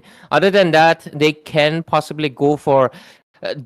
Okay, they have Shane, so there's a Harith ban chance. Yeah, or a Selena? Oh. No. Actually, they go for Fanny, which is a very unconditional because Sunshine, he doesn't. Yeah, he can play Fanny, but Fanny first pick, I don't think so. So there's a chance for right now. Daki hasn't been playing Selena because she has been the one banning it out. So maybe she can finally pick up the Selena over here and fulfill one of our co-caster Peach's wish, or maybe we'll see something else. But there's also obviously the Farsa Open, which is so much better in range and damage and everything. So there's that. Harris is open for Shane, so I feel like these are the solid options, Debbie. Yep, and Harris into the hands of Prime is also something you do not want to give, but equally well, Harry can be played by Mr. Shane here as well because last time I've seen them play, that was such a good game that he did onto the Harry as well. He was able to make a big comeback too. They can even prioritize on that because they already banned away at the Fuwis as well. But oh no, it's actually gonna be the Grand Surge. So this time around, will we see the Farsa and Same. the Fredrin? Faden really loved the Farsa, right? And the Kadita as well, so they could really utilize on that. And Dusty, I think this time around he could try to secure his hero very early on because most of the time that I've seen them play, he gets choked down. Yeah, definitely, because just like I said before, Prime and Dusty being the two crucial members right there. But Ranger being the first choice from the side of Team Untitled can lock down on that Harith pick, according to me, because he counters him pretty easily, especially in the early. And Harith really needs some of that early, maybe some snowballs so that he gets some good farm towards the late or towards even the mid. So right now, maybe picking up a mage. Or yes, it is the Farsa. Oh, And do I see a YSS? Dusty on YSS? It's my first time there. What is happening? Like, did he see? Thank you. but yeah, Untitled going for the Granger, pretty standard. I would call it Indian standard pick at this point because I know India region just loves the Granger first pick. You would not see it in other regions. Let me tell you, Philippines teams, they do not prioritize the Granger at all. They would not even pick it instead. They would go for a different kind of marks, mostly sometimes the 1-1, sometimes Irithel, sometimes the Moskov, the Bruno, even the Brody, but they don't go for a Granger that much often. But India, they love their Granger, and I can tell you. But oh, what is this? They're coming up with a lot of different strategies tonight because Dusty and Yushin thought was the biggest surprise, but right now, looks like Joker as well as Nishan, they have different plans. They're going for the Minotaur. Actually, Untitled have picked up the Minotaur twice in the last round, if I'm not wrong. If I'm not like mixing up. Yeah. Joker picked up the Minotaur last time. 3 games non-stop and actually was able to knock out was it Lafukabi? Was it it was a team Peak Diplomat. Yeah, they were able to knock them out. But Nishan on the Terizla though, that's something new, Debbie. Terizla, you don't usually pick out the Terizla into the first draft, but you usually go put it into the second. But okay, Win definitely going uncharacteristic on the Xbox right now. He's definitely going into the XP, right? Because it can't go into the jungle. So Yisensin is already there, which I'm very excited about. But okay, a Kadita ban away by the side of Zohunt because they do not really want to give away the Kadita when you are on a Farsa. This hero is such a sick case. But okay, there we go. The Hayabusa coming in for the side of Zohunt. They always went the Hayabusa, man. And Untitled, instead of going for the Herod, they pick out the Granzer, right? They could have. I thought that Sin is more comfortable on the Herod than the Granger, but I think they just want to have the reins and not give away Prime the Herod too. So maybe Prime this time around can be took down. They can always go for the ban onto the Moskov as well, right, Asuya? Yep, definitely. And first of all, when the side of Team Zohan picked up the Farsa, I was thinking that Untitled should pick up Kadita because she is pretty good right now, especially with the buffs she received. Doesn't even need to petrify to land up those combos.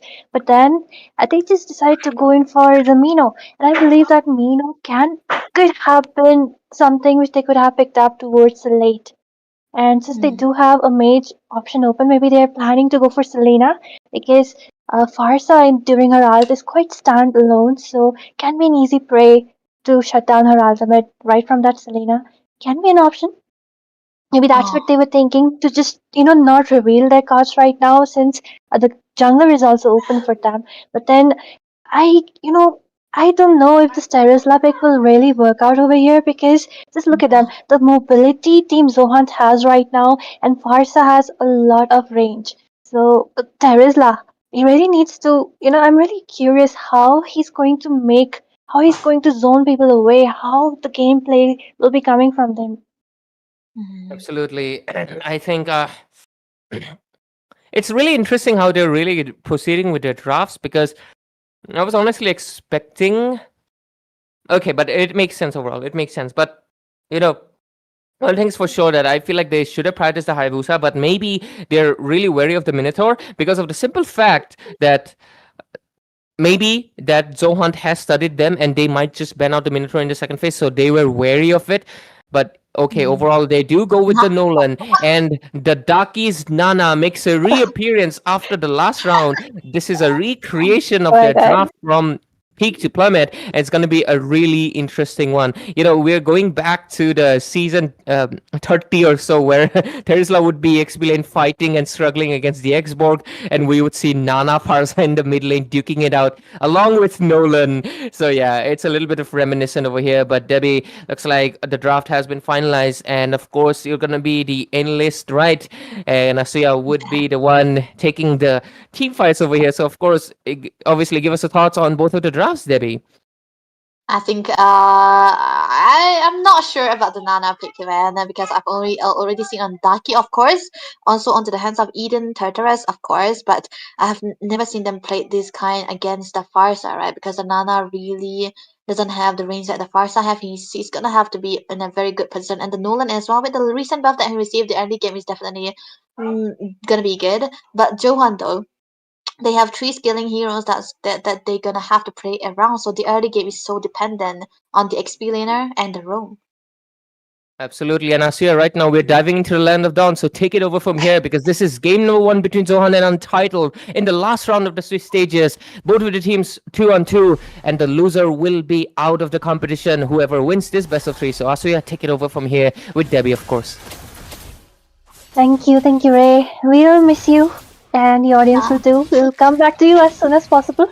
But right now, Debbie, the draft, if you ask me, I think Zohunt's draft looks to be really solid, because they have a diamond with the Gadot Gacha, and they have a diamond with the X-Borg. Farsa can immediately follow up with the range. Same goes for the YSS, has the immunity, has a lot of mobility. So now the question is how Untitled is gonna grab onto the YSS and even the Irithel and Farsa, because that's what I was saying, when you pick up a CC tank, there's so much Purify. It's like the Purify is already equipped onto your arsenal. 3 major people which you really need to control CC, they already have those Purifies. Yeah, that's definitely going to be the most important one as well. And very early on, Flicker baited away for Sin right there with the, this is what the Versa provides, right? Because he does have a lot of clearance potential into the mid lane, and that means the rotation is going to be much faster. And Prime might actually be seen to do well against the Granger as well, because this is a Nathel Granger combination right there. But the downside about this combination from Johan is that they do not really have the early competition to try to go for the turtle. But right now, though. Oh, a bird flies away. 3 versus 1 happening is still going on. The Revitalize barely saves up the Gadot Gacha. All the way from the top lane. Here comes our YSS. Level 4 uses up, his battle spell already coming up. So the fight for the turtle is already on. Yeah, this is definitely going to be a start right there. And Johan, they are actually the one having a better set, because they did win out into the XP lane. So this, the myths about Johan is that if they get the first turtle, they are highly likely to win those games. But poking games coming through by Mr. Win right there. He's just going for in. Coming in from the far side, the stun connecting onto 2 people. Nana manages to back away with the passive, but it is an absolute victory for Zohunt. I mean, 1 kill, 1 passive used up, as well as the turtle. And right now, even Granger doesn't look to be in a good position. That's a prime for you, and that's Irithel, a perfect counter for the Granger. But we do see some poking up going on, and Family Problem once again doing the best job in providing the visions. Yeah, there's I think they're actually good into the early part of the game where they're playing over the map. And the thing about the Nana is that you're actually very, how would I say, very immobile as well. You're just gonna be having to pop out the flickers most of the time, and the passive is there to help them survive. But without the passive, you're always gonna be in a dire position when you get caught most of the time. It's just I sure that for you. So I think Daki has to be careful this time around as well. And Minotaur is not the most tankiest tank we can ever see in the roam position. So he have to be a little bit careful too. So the boost check might not be there, but Ton. Oh, two stuns and a stun connecting onto the Joker, but just manages to drive away for now. The teams are still gathering up. I completely agree, Daki, that Daki will be facing some issues right there. Gets taunted once again. I absolutely hate Garukacha, but it's just a really low HP. Overextension gets taken down. Meanwhile, the flicker being used up by Shane in the bot lane. Dusty comes up for the save, comes up for some assist. Looking for some kills left and right. A first build Hunter Strike into the hands of Dusty Mizo right there, and the War X as well for win. And I think this is going to be the true damage dealing potential right there. But look at that, Sunshine. Goes in, takes down the Firaga armor. One positive point for them because that shutdowns, but look at that beautiful penalty zone coming in, and Hitori will be taken down. The AOTG dropping down. Sunshine manages to move away. The zone coming in from him is beautiful, but then again, the retribution battle will be won out by him. For surprise to assist isn't enough, and the rest of the team also backs away. There was a misengage coming out from the side of Zohunt trying to contest for the turtle when they are 2 to 5, 2 to 4. Okay. There was a rotation coming up from Prime as well, but he's going to be giving away a lot of gold into the hands of Shane right there, and to that extent he's going to be getting the Hunter Strike as well. So Johan right now, I don't think they have to look for fights here. They could just hold it in, try to wait for their jungle, try to wait for the Versa or even Prime onto the Eristel to farm up the skill up better because they have a better late game composition. So they shouldn't be looking for fights here and there. But mid lane though, I think we might be seeing something. But Sunshine, he was actually diving in, just taking so low, but the rotation is gonna be out there onto the bot lane as well. The Minotaur rotating together with Daki onto the Nana. They are trying to find a better place to try to shut down Prime, but he's still too careful, very careful, almost inside the turret, and there's no way they'll be able to catch him with the Purify. Even if the Purify is not available, he's just playing it so safe, and this has to be, the best way to play a scaling gold lane as well. Yep, definitely. And one thing which I think is that Zohan, especially Hitori as well as Karukacha, they're literally underestimating that crowd control coming from the Molina, as well as the combo, which is a follow-up coming in from the Sunshine. So, if they are taken down, especially in those crucial team fights, then they will be losing out on those turtles. So they really need to make sure, especially the Xbox, that his Firaga armor is not destroyed. And look at that happening once again. That's something crucial which he shouldn't let happen right before the objective fights right there. But meanwhile, we do see Dusty doing the best he can, always pushing somewhere, taking up those objectives. Yeah, that's the downside of a Yi Sun as well. You're gonna be needing all your equips. You just wanna hit the level 15 on the perfect timing so as to have that late game potential going on. And I think Untitled are very trying to keep that at bay. Look at that though. Okay, once again, the taunts coming up right on spot. The Revitalize being wasted by family problem. The team's looking for the turtle dance, looking to move around. The Irital all the way from the bot lane coming up to help. Ranger might follow suit because they have not started the turtle yet. And Hitori just providing some vision, providing some zone. Same goes for Deadly. Both the EXP laners doing an amazing job. Still looking for the contested. Both of them looking to take their buffs. Meanwhile, we do see YSS contesting for the turtle already being started up. The rest of the teams coming up. The Firaga armor, the ultimate being used up right there. And look at the flicker, but the penalty zone misses out. Farsa's feather airstrike taking down right there, as she will be the one who will be just taken into consideration. And with this, I think Prime was a bit too late, but a turtle for a kill.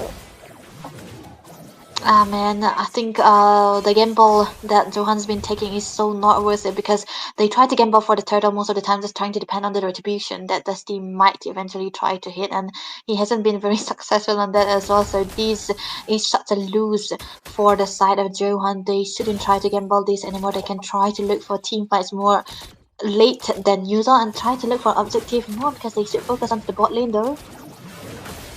Yep, I don't think so that Dudley will be going down. Prime really needs some late game before he can start to pack punches, and that's what they're even making use of. The macro in the hands of like kind of equal from both the sides, but they just swap the lanes out just to take down that another turret from the bot lane. Even looking to push up, making it force it through from the mid, opening up the map for themselves. I think Untitled is doing a great job making use of their early game potential. And they are fully making use of it as well because they know that once Zohan get over the item power spike there, it's gonna be really hard for them to stop them. So they are playing it so well, just trying to not let them give out any kind of creeps. Even the smallest creep is gonna be important for a hero like the Yi Sin. And meanwhile for the Nolan, he is always gonna be needing the blue buff, and that alone will be enough for him. But oh, look at the set too.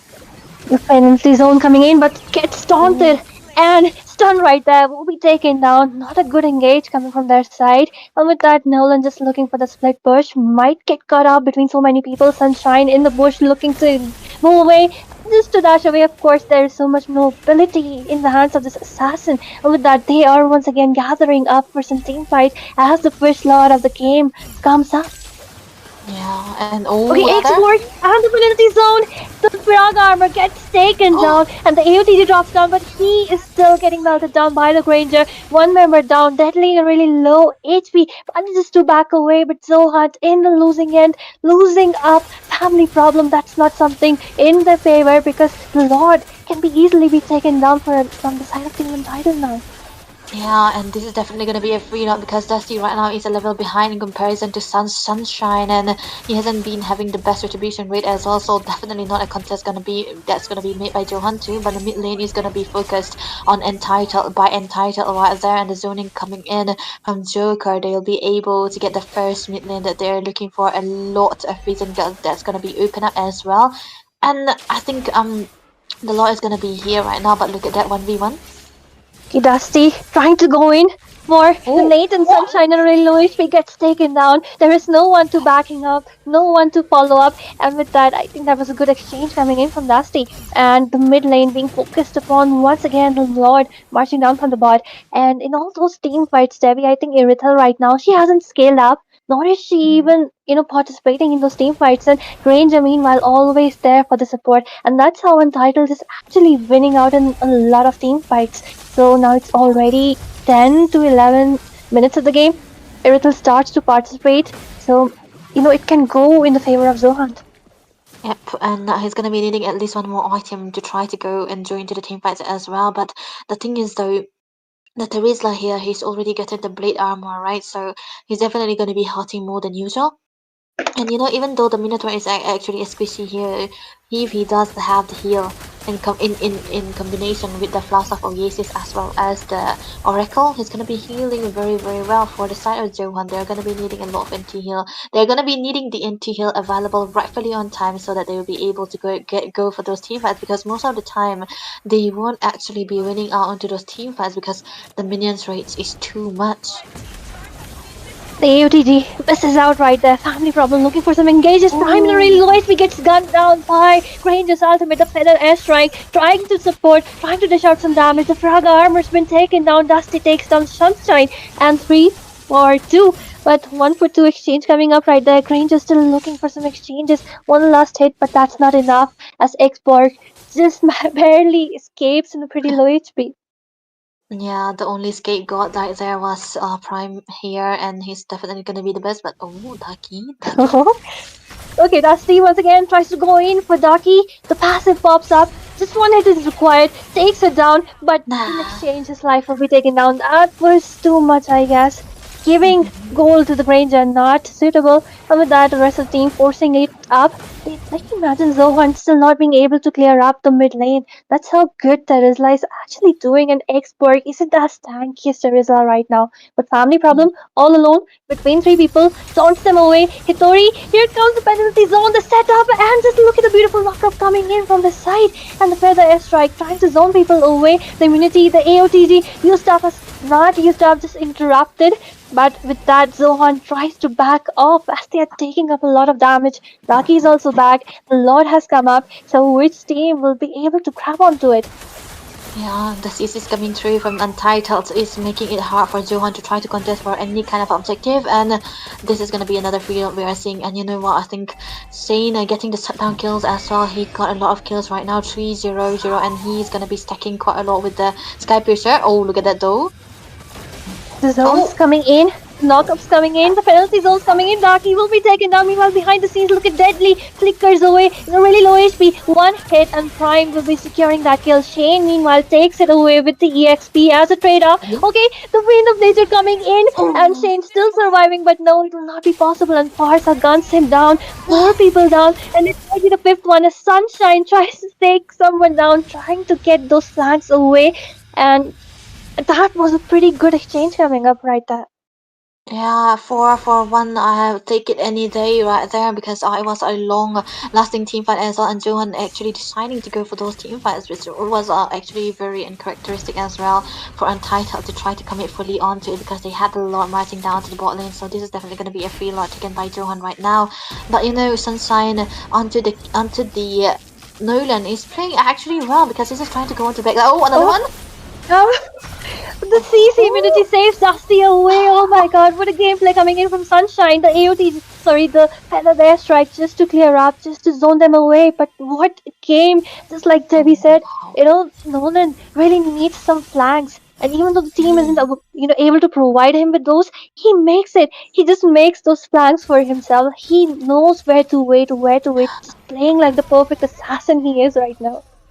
Yeah, and look at the builds though. He's got all the damage built on his hands, and this is definitely going to be hurting quite a lot onto the backlines most of the time. And of course, you want to be as goody as possible when you are on a damage dealing assassins into the jungle, especially Yi Sanxin as well as the Nolan. They're going for the BOD, so it's gonna have to be a battle of skill sets most of the time when you're going against going together in a 1v1 situation. But right now, though, the plans are back in order again. Johan trying to play a little bit slower than they did before, and Untitled are staying together as a team, one not letting one out of sight. But you know, Sunshine, he has to play like he did before, like the assassin that he is. He have to be able to be there into the backline trying to assassinate. Oh. Takes down that Braga armor once again. Hit really low HP, flickers away, seeing those poor family problem taunt. Yes, used up to move away, and this is what I was thinking, Debbie. You know, the Xborg doesn't have an Athena. He doesn't even have the anti-cuirass. So right now, Nana as well as the Rangers actually giving him a lot of damage. He needs to make it ASAP if you ask me. But let's forgetting that Dusty as well as Sunshine. Oh my god, the gameplay is really great. It's like a similar gameplay we are seeing, but one is assassin and one is the marksman, right? And one does have they have a lot of assets as well, so this is definitely gonna be a 1v1 situation in which the micro is gonna be mattering a lot. But you know, this Lord should be contested by Johan because they do not want to let go of this Lord just again. But look at Sunshine, the way into the backline first, man. You have to be careful as well as acting under the Yi Sanxin. He can try to go look for flanks anytime soon. He might be spotted out though. Oh, Dusty, the Pokemon manages to immune it away. Same goes for Prime, the feather airstrike coming in. Sunshine dashes away. Meanwhile, in the other front, it is family problem and Hitori taking up all this damage. Looking up for some engages, and both the teams has a lot already being started up. By side, a team Untitled looking for it. The Braga armor, the ultimate coming from Xbox, trying to zone people away, but Shane managed to grab onto the Lord, and the AOTG dropping down as a defensive manual. Prime takes down Joker. The teams are still going up. Look at Dusty tries to take down Darky, but here comes the passive in hand, and with the Shane will be eliminated with that beautiful feather airstrike coming from the side. And Zohan doesn't even need the Lord. They're trying to force it through, trying to force the final push, but will it be enough? The lanes aren't synced, and here comes Sunshine, tries to take something down. The Winter Crown gameplay coming in, but will not be enough as Prime guns him down. The stuns coming in from the Farsa, deadly in a very deadly situation, manages to back off for now. Farsa, a bit too greedy, tries to go in, but with this, Zohan finally making their comeback. The Lord has been taken down, and the macro, which was in the hands of Team Untitled, finally looking in the hands of Team Zohunt now. Yeah, and they are just trying to get a little bit of advantage from just one lord they're losing right there, and the mid inhibitor is gonna be the cause for those fights right now. And Hitori onto the export, he's already also tanky enough, so if he tries to go for a flanks, he have to be careful though, because there's a lot of damage going through by the first side as well. But look at him, man, he's just showing in aggression, right? This is the Aiden we know. Onto the first side, he plays this hero like an assassin, just trying to go into the backline, deal a lot of damage as well. But one thing he did right was trying getting down Shane in that particular team fight. So this is definitely going to be a little bit of comeback for Zohan. The goal is not going to be mattering this time around. It's already 18 minutes of this game, and we have a lot of scaling heroes onto the side of Zohan, but a lot of tanky heroes and a heal as well for the side of Untitled. So it's going to be wrestling out who's going to be having the more sustain, who's going to be having the more damage. But you know what a nuisance Dusty is onto this Yi Sin. He's always onto the top lane, trying to push under the fire lane so that Untitled, you know, they cannot fully go into team fights, and they always have to wait to see what they could do into the top lane most of the time. Well, definitely, and just like you mentioned, the goal doesn't matter, the priorities matter.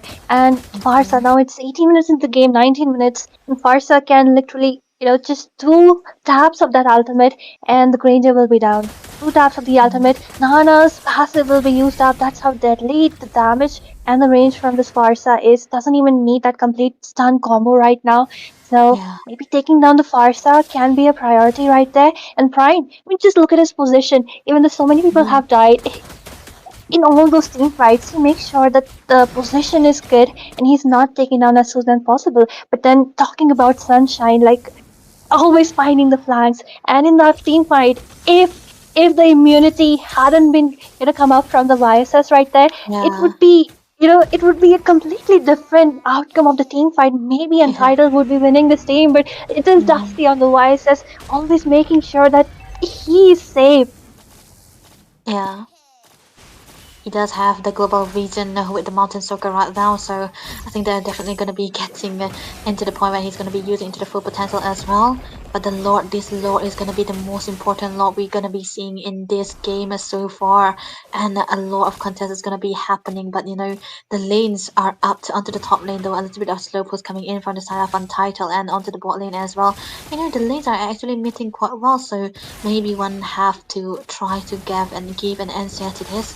But look at Hitori, they were able to zone away 3 members, 4 members time and again because of the 2 damage that he did onto this fire blasting in. But the Lord is into half HP, it has to be reset again, but family problem though. He's taken very low, he does have the revitalize, but it's not gonna be popped yet. But look at them, they're just trying to contest on it.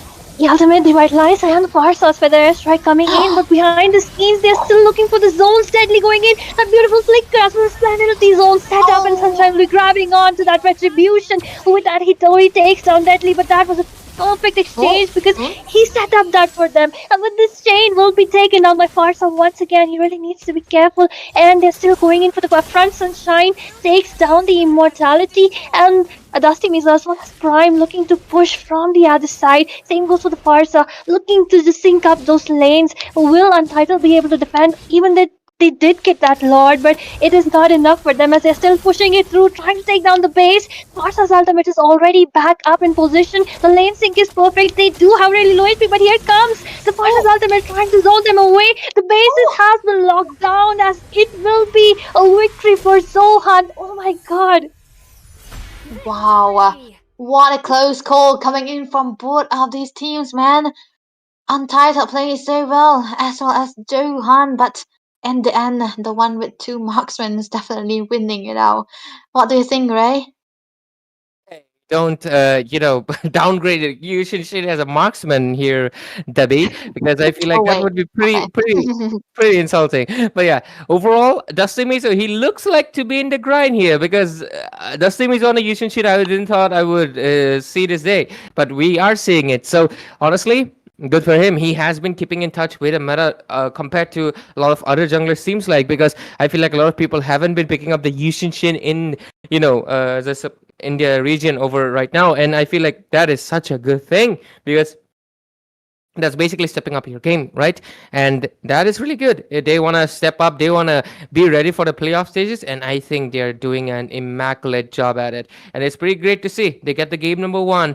And to be fair, I did mention that they were kind of in the downsides, right? Because lately I've been noticing that they are not winning the most games, but it's nice that they're making a little bit of a comeback, and we're going to be seeing something more into the of course, game number two. It could be a possible clean sweep, but hey, Untitled's like really close call. The fact that they were responding back really well, I feel like there's a good chance, especially considering, I will obviously give the shout out because Daki is the only female player here in the Swiss stages in Mythic Showdown. That is a big feat, right? Yeah, there are a lot of female players, but a lot of them mostly play the girls tournament. But right, the fact that she's here contending with the man, like that is real woman empowerment over here. But looks like we're gonna be jumping straight into back game, like into the obviously the best of three series, and we're gonna get into game number two here. Over here, Asuya, Zohunt gets the first pick. What do you think it's gonna happen this time? Are we gonna see the Yishin again, or it's gonna get banned out, Asuya?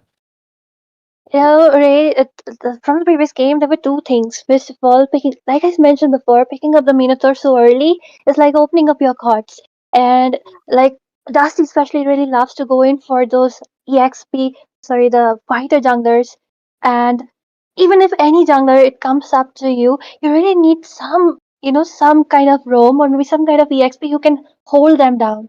So Minotaur is someone who can easily be, purified. And of course, picking up that YSS is definitely because he has the CC immunity, and Dusty kept it in mind. So this time, I don't think he might go in for YSS once again. But it highly depends what Untitled is gonna pick up. If they pick up something which is highly dependent on some sort of CC, maybe he goes in for the YSS. But like I said before, it depends on what Untitled picks up in the roam and the EXP. And that, I think this time around they are into the first pick. So for Johan, they could definitely go for the Lapu Lapu. I don't know, man. I'm such a Lapu fanatic, but I think it's just the meta fits it so well most of the time. But then again, Untitled, they are always gonna be sticking with the the Baxia ban, right? Because you do not want to give away the Baxia to Johan. They capitalize this so well onto the jungle most of the time. It's not really a flex. It's always onto the jungle. But with a new hero, it is an addition for Johan right there. The Yisensin, of course, and the Xbox too. I think Untitled this time around, they must be very careful on what the bans are gonna be. But Johan, they took away the Phobius too. Oh, they do not really want the Phobius into the blue side. Yeah, this is such a normal situation where you ban away the Phobius even if you are into the blue side most of the time, right?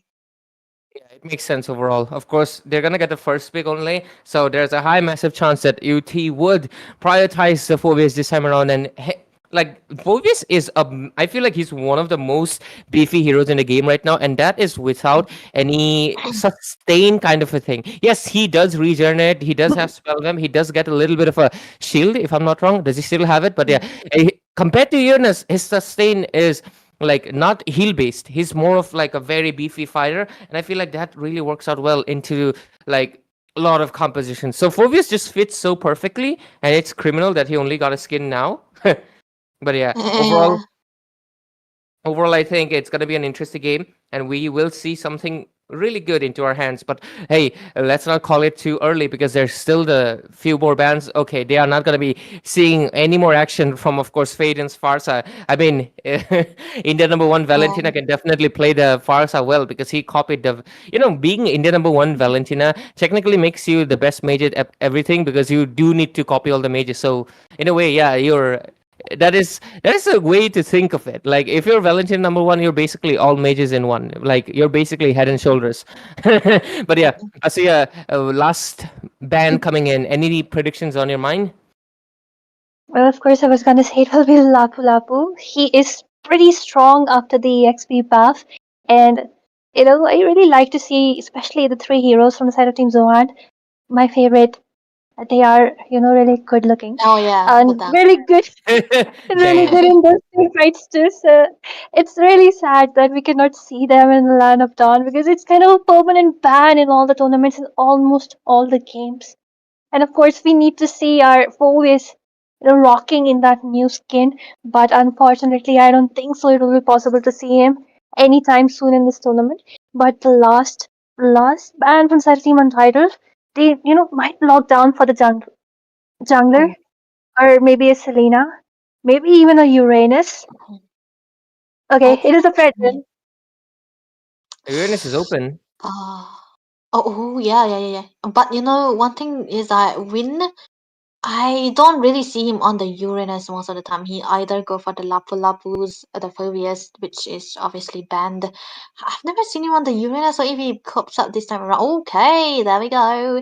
The Kimi was completely left open, and Johan loves going for the gold Kimi, but lately they are sending it into the mid lane, so we'll never know. This is still going to be a flex pick for the side of Johan here. It can either go into the mid lane or into the gold lane as well, but Untitled, I think they are ready, trying to, give out a way for them as well. They are the one actually going for the Uranus right now. Okay. Uranus completely open and Title are using it most to their full advantage as well. And Sane will be grabbing onto his comfort hero. The hair is appearing now with Ray. Makes sense. They want the hair this time around, especially considering the Granger did not really work out the best. So makes sense. Going for the Huh? comfort is good, but look, What? looks like Dusty, over here, he's been really catching up to the meta. He's like, oh, you think I'm a fighter, one trick?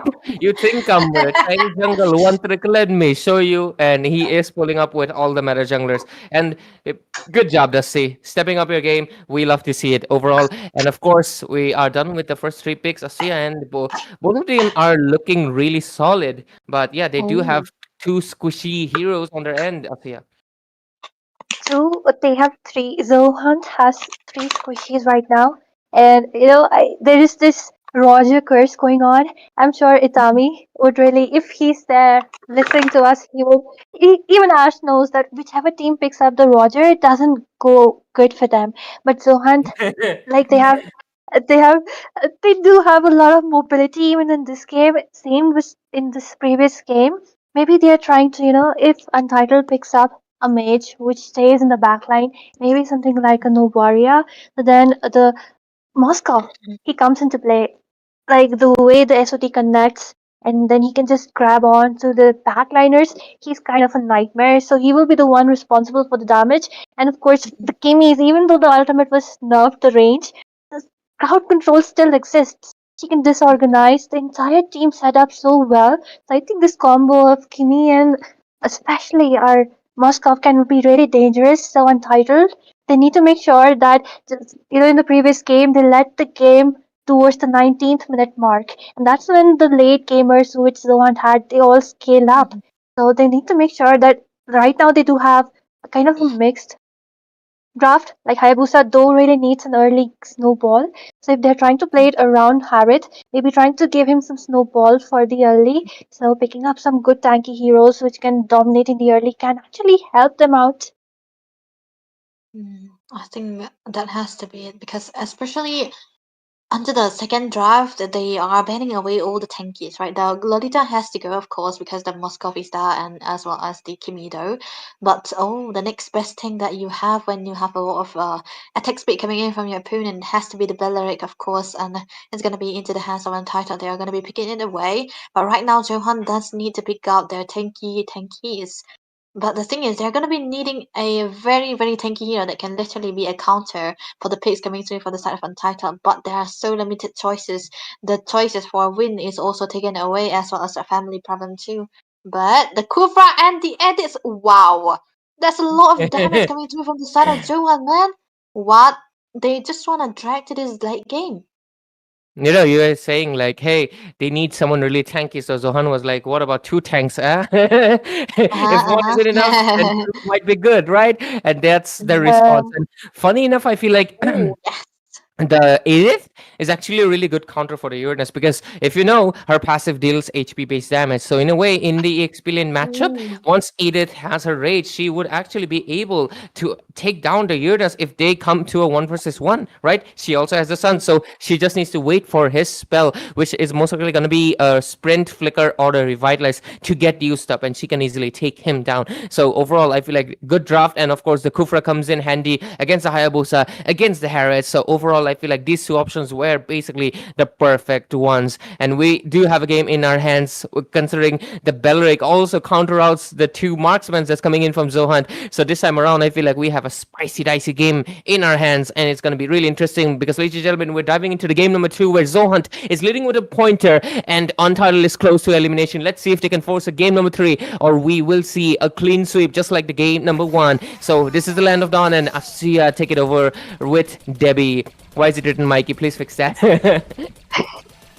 Thank you, Ray. Once again, I would say that we will miss you, the team, the audience, everyone will miss you.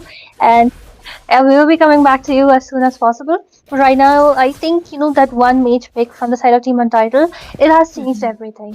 Like, Karita, we do know she's so good right now, and she can actually, if someone has forced away those purifies from Kimi as well as Prime, then she can assassinate them, and Kimi will always be in a dilemma. Moscow will always be in a dilemma that whether they should close up the distance to take people down, because there's always this, deadly death sentence, or maybe this death note coming from the side of Karita.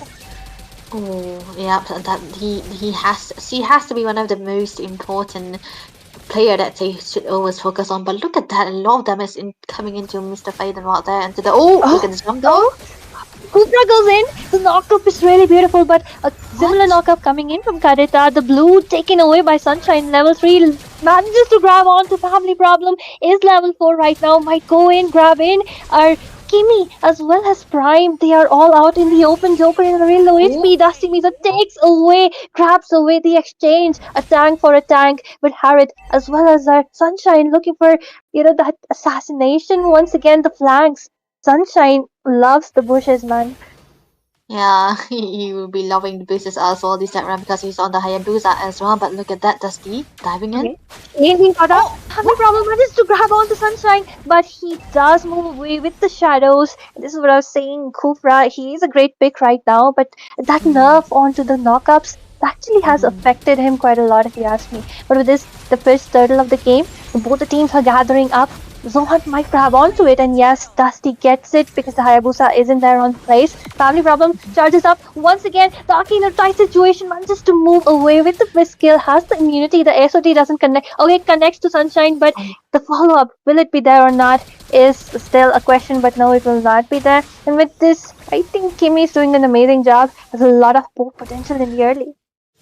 Yeah, a lot of perks that is coming through, and he's not letting go of any of the boosters to try to give the Kadita a little bit of a leeway to try to camp for the boosters, right? But he isn't able. She isn't able to do this just because of the pressure coming out from the Kimi most of the time, and the jungle passing coming out from Dusty Mizo onto this Roser as well. He's just trying to kill out onto the clear out onto the small creeps onto the top lane, and just went down to the bot lane, and this gave him a little bit of a level, so he was able to win the turtle quite well. So this passing is actually absolutely necessary when you want to have a goal lead, when you want to win up the objective as well. And I don't think Untitled have read that out, so they were caught off a bit. But onto the bot lane though, that was a little bit of a, there might be a little bit of skirmishes. We're going to be seeing a lot of gatherings onto the bot side, and in the first set, I think the Kufa, when he jumps in, he gets taunted, is kind of rendered useless most of the time, but he's playing so well. Family Problem, with the reach onto the map, was able to walk around, secure all the bushes and the river side most of the time. Yep. Right now, Prime, maybe he knows, maybe he doesn't, but the rest of the team is also just following up. Zohunt coming in, trying to lock down onto the Harriet. Here comes the charge up. This is the way that Melody gives up the ultimate and tries to move Family Problem inside, but the taunt doesn't connect. Damage coming in from Prime, as well as Dusty, and this Kimi is absolutely wrecking them apart. They really need that blade armor as well as those magic defenses before they can actually stand up, but Ledley all alone. Move dashes away. but the second turtle of the game already up, and we do see Sunshine in the bush once again. Might try to looking for some exchanges. Dusty grabbing onto his blue, the Lord. The turtle fight already being started by both the sides. Let's see who wins out the dirty game, but the stun's connecting. Hitori tries to CC Deadly. Deadly in a really tight situation, manages to heal up, manages to move away. The Aki looking for some exchanges, and Hitori in a really low HP, but does have that full red bar, has a lot of heal right now, and 2 kills for the side of Team Zohunt. Taki manages to move away. Uranus is also far away. With this a perfect zoning coming in for Zohunt, grabbing onto the second turtle, the second objective of the game. Level 8 to level 7 onto the jungles as well, and this is gonna be dire for the Hayabusa Sunshine because he's gonna be losing up the buffs as well. The rotation is the very on point for Zohunt because they have a lot of spacing now. The boosters are all secure. There's no way that Daki will be able to camp for any one of them, and EFC did camp it out as a Purify coming through as well, so that's definitely gonna be something that they have to focus on as well. And this time around, Sunshine is not really having the greatest time of his life because into the previous game he was able to farm quite well, able to outfarm Dusty Mizo too, but this game I don't think it is really his game because he isn't given any kind of buff right now. And on the Hayabusa you want to have that game early on as much as possible, but bot lane though, SOD connecting as well, but that's not gonna be taken. You know, one thing for sure is that Prime is so good in this Moscow, and his SODs have been landing most of the time. They have, and then once again if you do see Prime, when there is no one, somehow the map awareness is so good that when there is no one, he's always there in the front trying to take down that gold from the tower. But then, as soon as he suspects that there might be some camping going on, he just goes behind. And just look at him, 0 deaths for now, even though the team fight participation isn't much. But then, even having not even a single death from both sides of the gold laners is actually good. Maybe looking to shut them down can be a viable option here because the gold lanes. Okay, Sunshine goes in with the ultimate. Squeaky shadow kills. The damage isn't enough, but same goes for Dusty. Takes down that kill. Sunshine manages to dash away. The heal isn't enough as Dusty will be grabbing on. You should have known the level difference isn't enough right now. Same goes.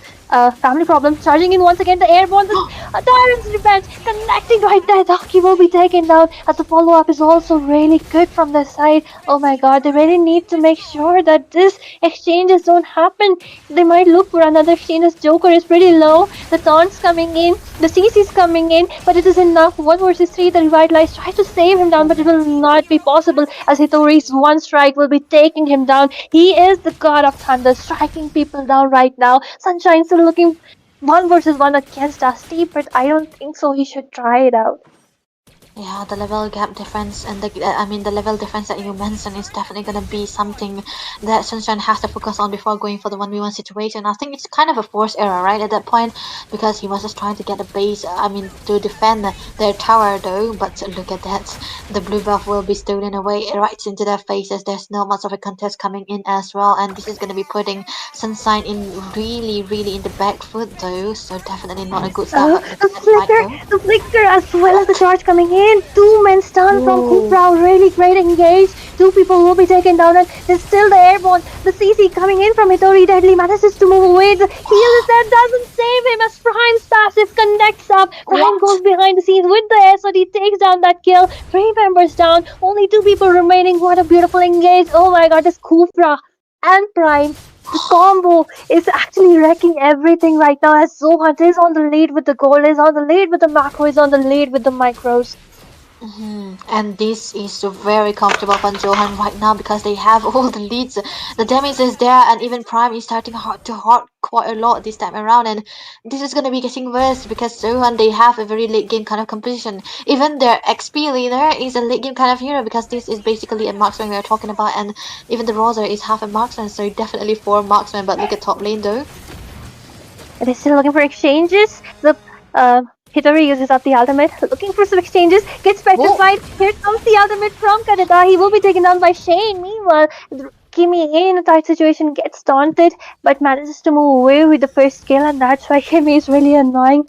But then, I think Hitori was too overconfident right there. But family problem, going in once again, tries to use up the revenge, and it will be another kill onto the hands of Sunshine. Will not be seeing the light of the day, and with this, another turret down for them. Like, just look at the macro there. Not even a single turret down, but the stun connecting on the Joker uses up the revitalize. It's enough to save him for now. But how long as the next Lord of the game is coming up? Will they be able to defend? Will they be able to turn the tables? Or will it be a clean sweep from the side of Team Zohunt? Yeah, the only win condition that I can see from Untitled is if Zane is able to meet the requirements that he's gonna be needing. He's gonna be needing the Holy Crystal so well because even the composition is made to try to go for the snowball because the Hayabusa is there. You wanna have the damage as much as possible as well as the Kadita. You are gonna be needing the items when you are behind on the Kadita, even a level behind.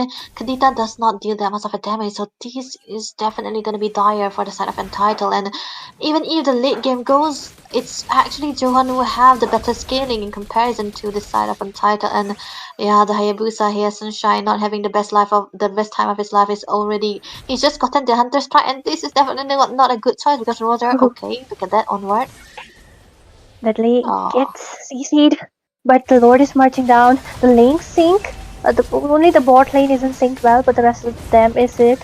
The Holy Shield's getting toppled down. The Lord is taking down the first inhibitor of the game, taken away from the side of Team Untitled. Might look for some exchange onto Deadly. They're not even letting them go out as Dusty's absolute level gap. He's already level 15, has a lot of damage, but Hayabusa manages to crash down onto the TV. A shutdown for him finally. Tries to take someone down. The rest of the team tries to follow up Deadly, trying to look for some exchanges, trying to look for some zoning, trying to look for some sustain, but it will not be enough as they will be backing off for now.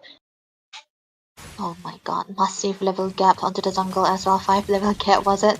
This is what you get when you are so shoved down quite a lot and a little bit of deny, but oh, look at that, someone here.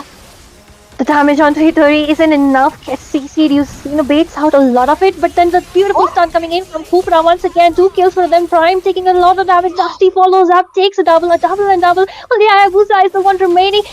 Dusty follows up a triple for him, and with this, what was that? A complete throw from the side of Team Untitled as the base will be melted down like a hot knife on a butter, and a clean sweep for Team Zohunt. Untitled, why did you force that team fight?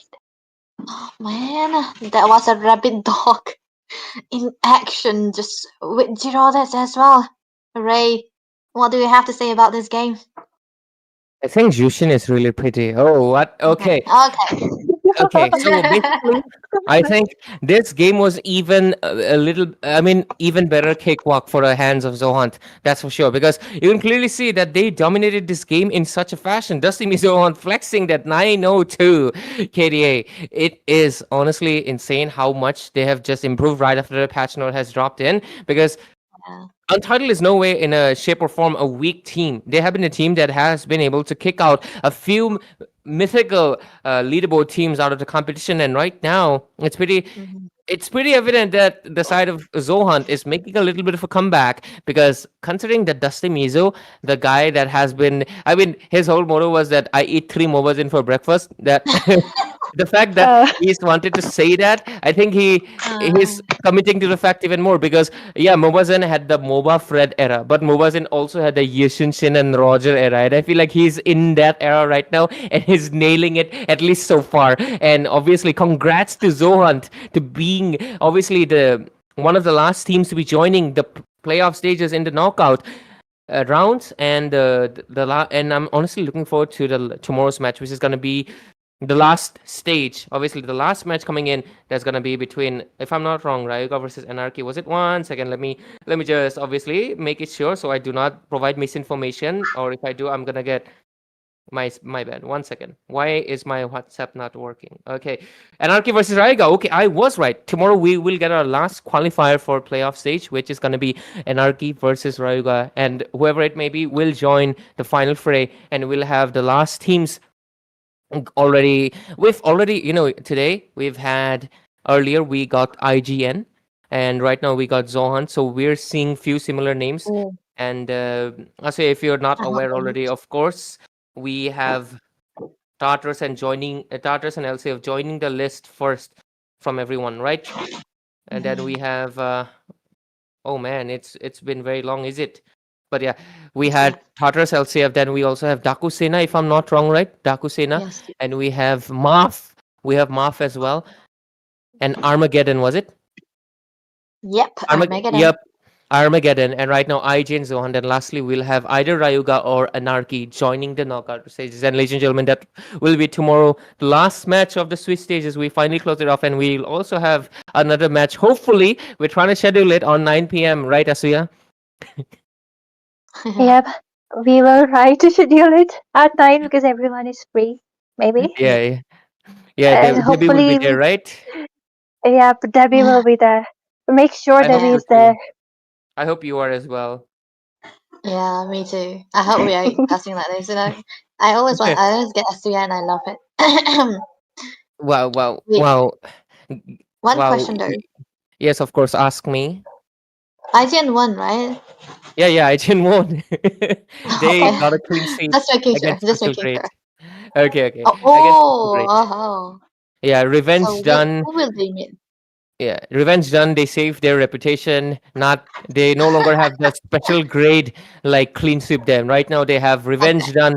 They are back on track, and it's looks like it's going to be a comeback season. So let's see how it will be in the playoff stages. But of course, after the last match tomorrow of the Swiss stage, ladies and gentlemen, so make sure you tune in tomorrow to see who is it. Either Anarchy or Ryuga will join the qualifiers as the last team. So make sure you stay tuned and tune in on 7:30 p.m. on Indian Gaming Corp's channel for Mythic Showdown, last Swiss stage. Thank you, ladies and gentlemen, for tuning in. And this was me, Ray, joined by this beautiful lady over here on my right, Asuya, and of course, Debbie. So thank you, ladies and gentlemen. Good night and take care, and we'll see you tomorrow. The bear. ये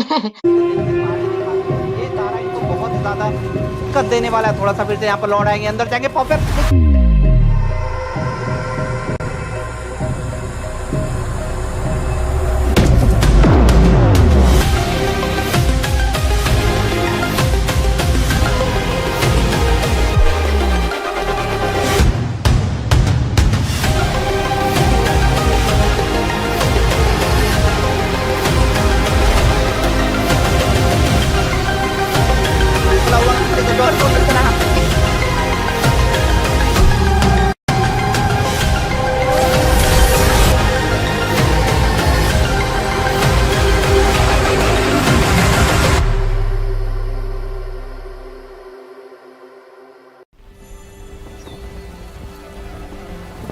In time immemorial, the endless war destroyed the balance between yin and yang, plunging the Cadia Riverlands into chaos.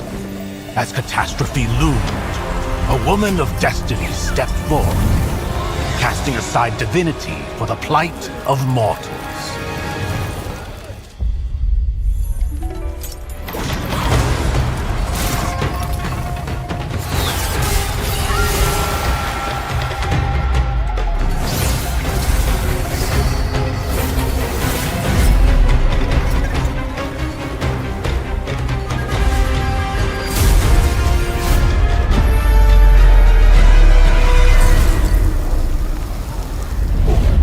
Such sacrifice for a fleeting moment of peace in the mortal realm.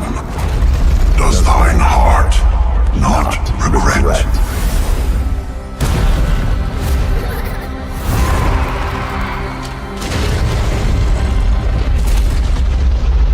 To protect the realm. What is there to regret?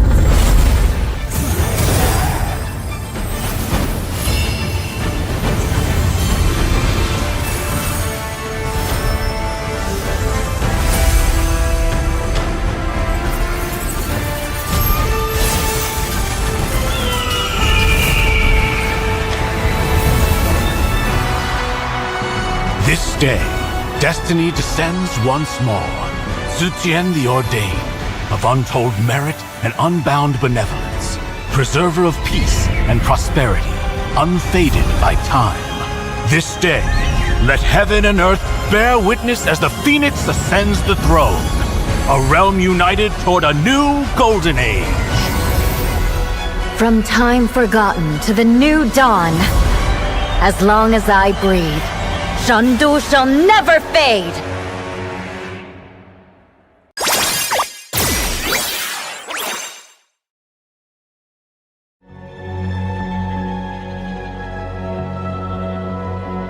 Now you'll be the best sniper ever! I'm sorry. decoy!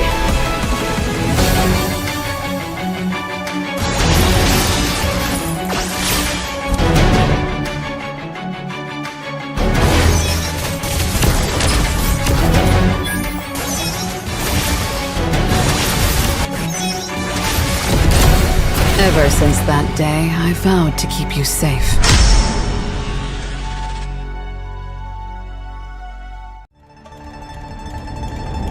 Rule with strength and conviction. Blossom with grace and compassion.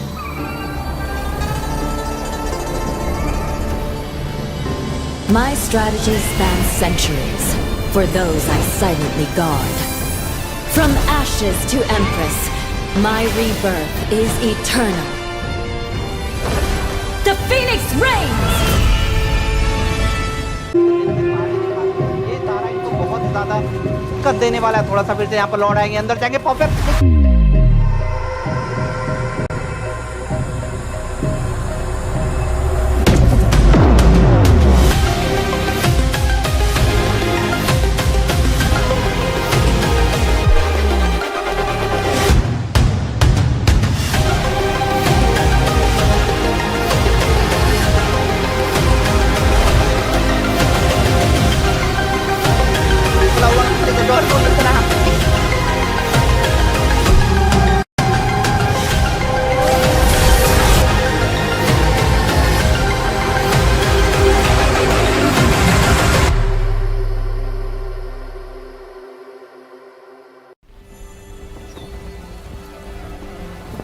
In time immemorial, the endless war destroyed the balance between yin and yang, plunging the Cadia Riverlands into chaos.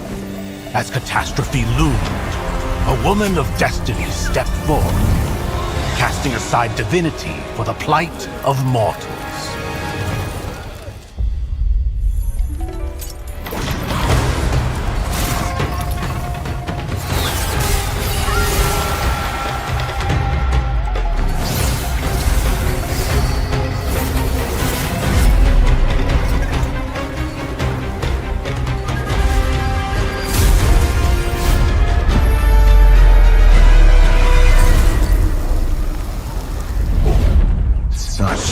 Sacrifice for a fleeting moment of peace in the mortal realm.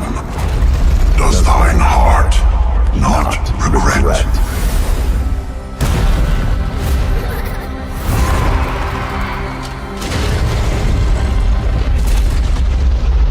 To protect the realm. What is there to regret?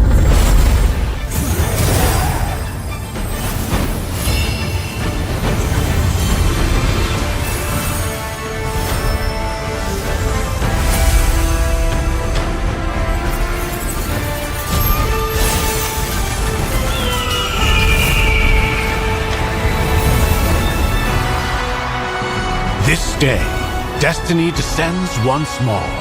Zutian the Ordained, of untold merit and unbound benevolence, preserver of peace and prosperity, unfaded by time.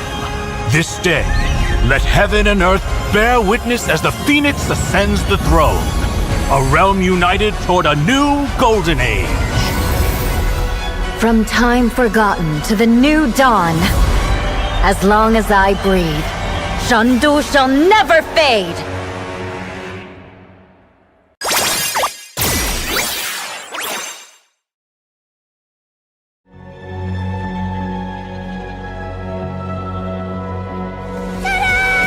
Now you'll be the best sniper ever! I'm sorry. Leave me alone. No! It's a decoy!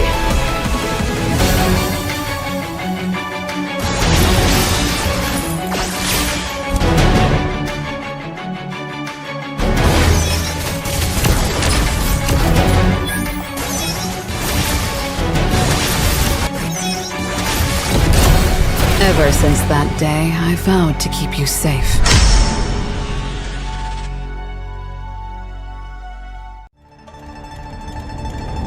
Rule with strength and conviction. Blossom with grace and compassion.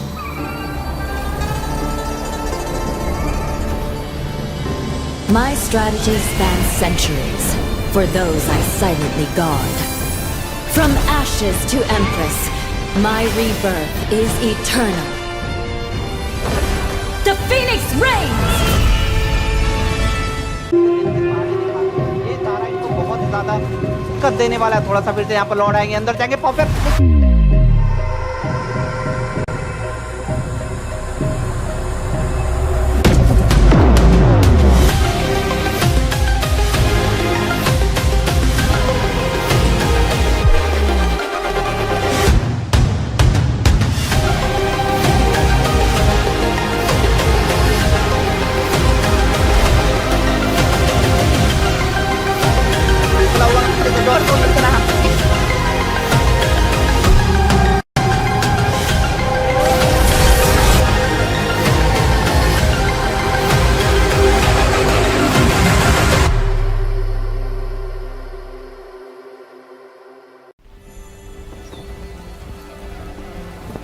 In time immemorial, the endless war destroyed the balance between yin and yang, plunging the Cadia Riverlands into chaos. As catastrophe loomed, a woman of destiny stepped forth, casting aside divinity for the plight of mortals.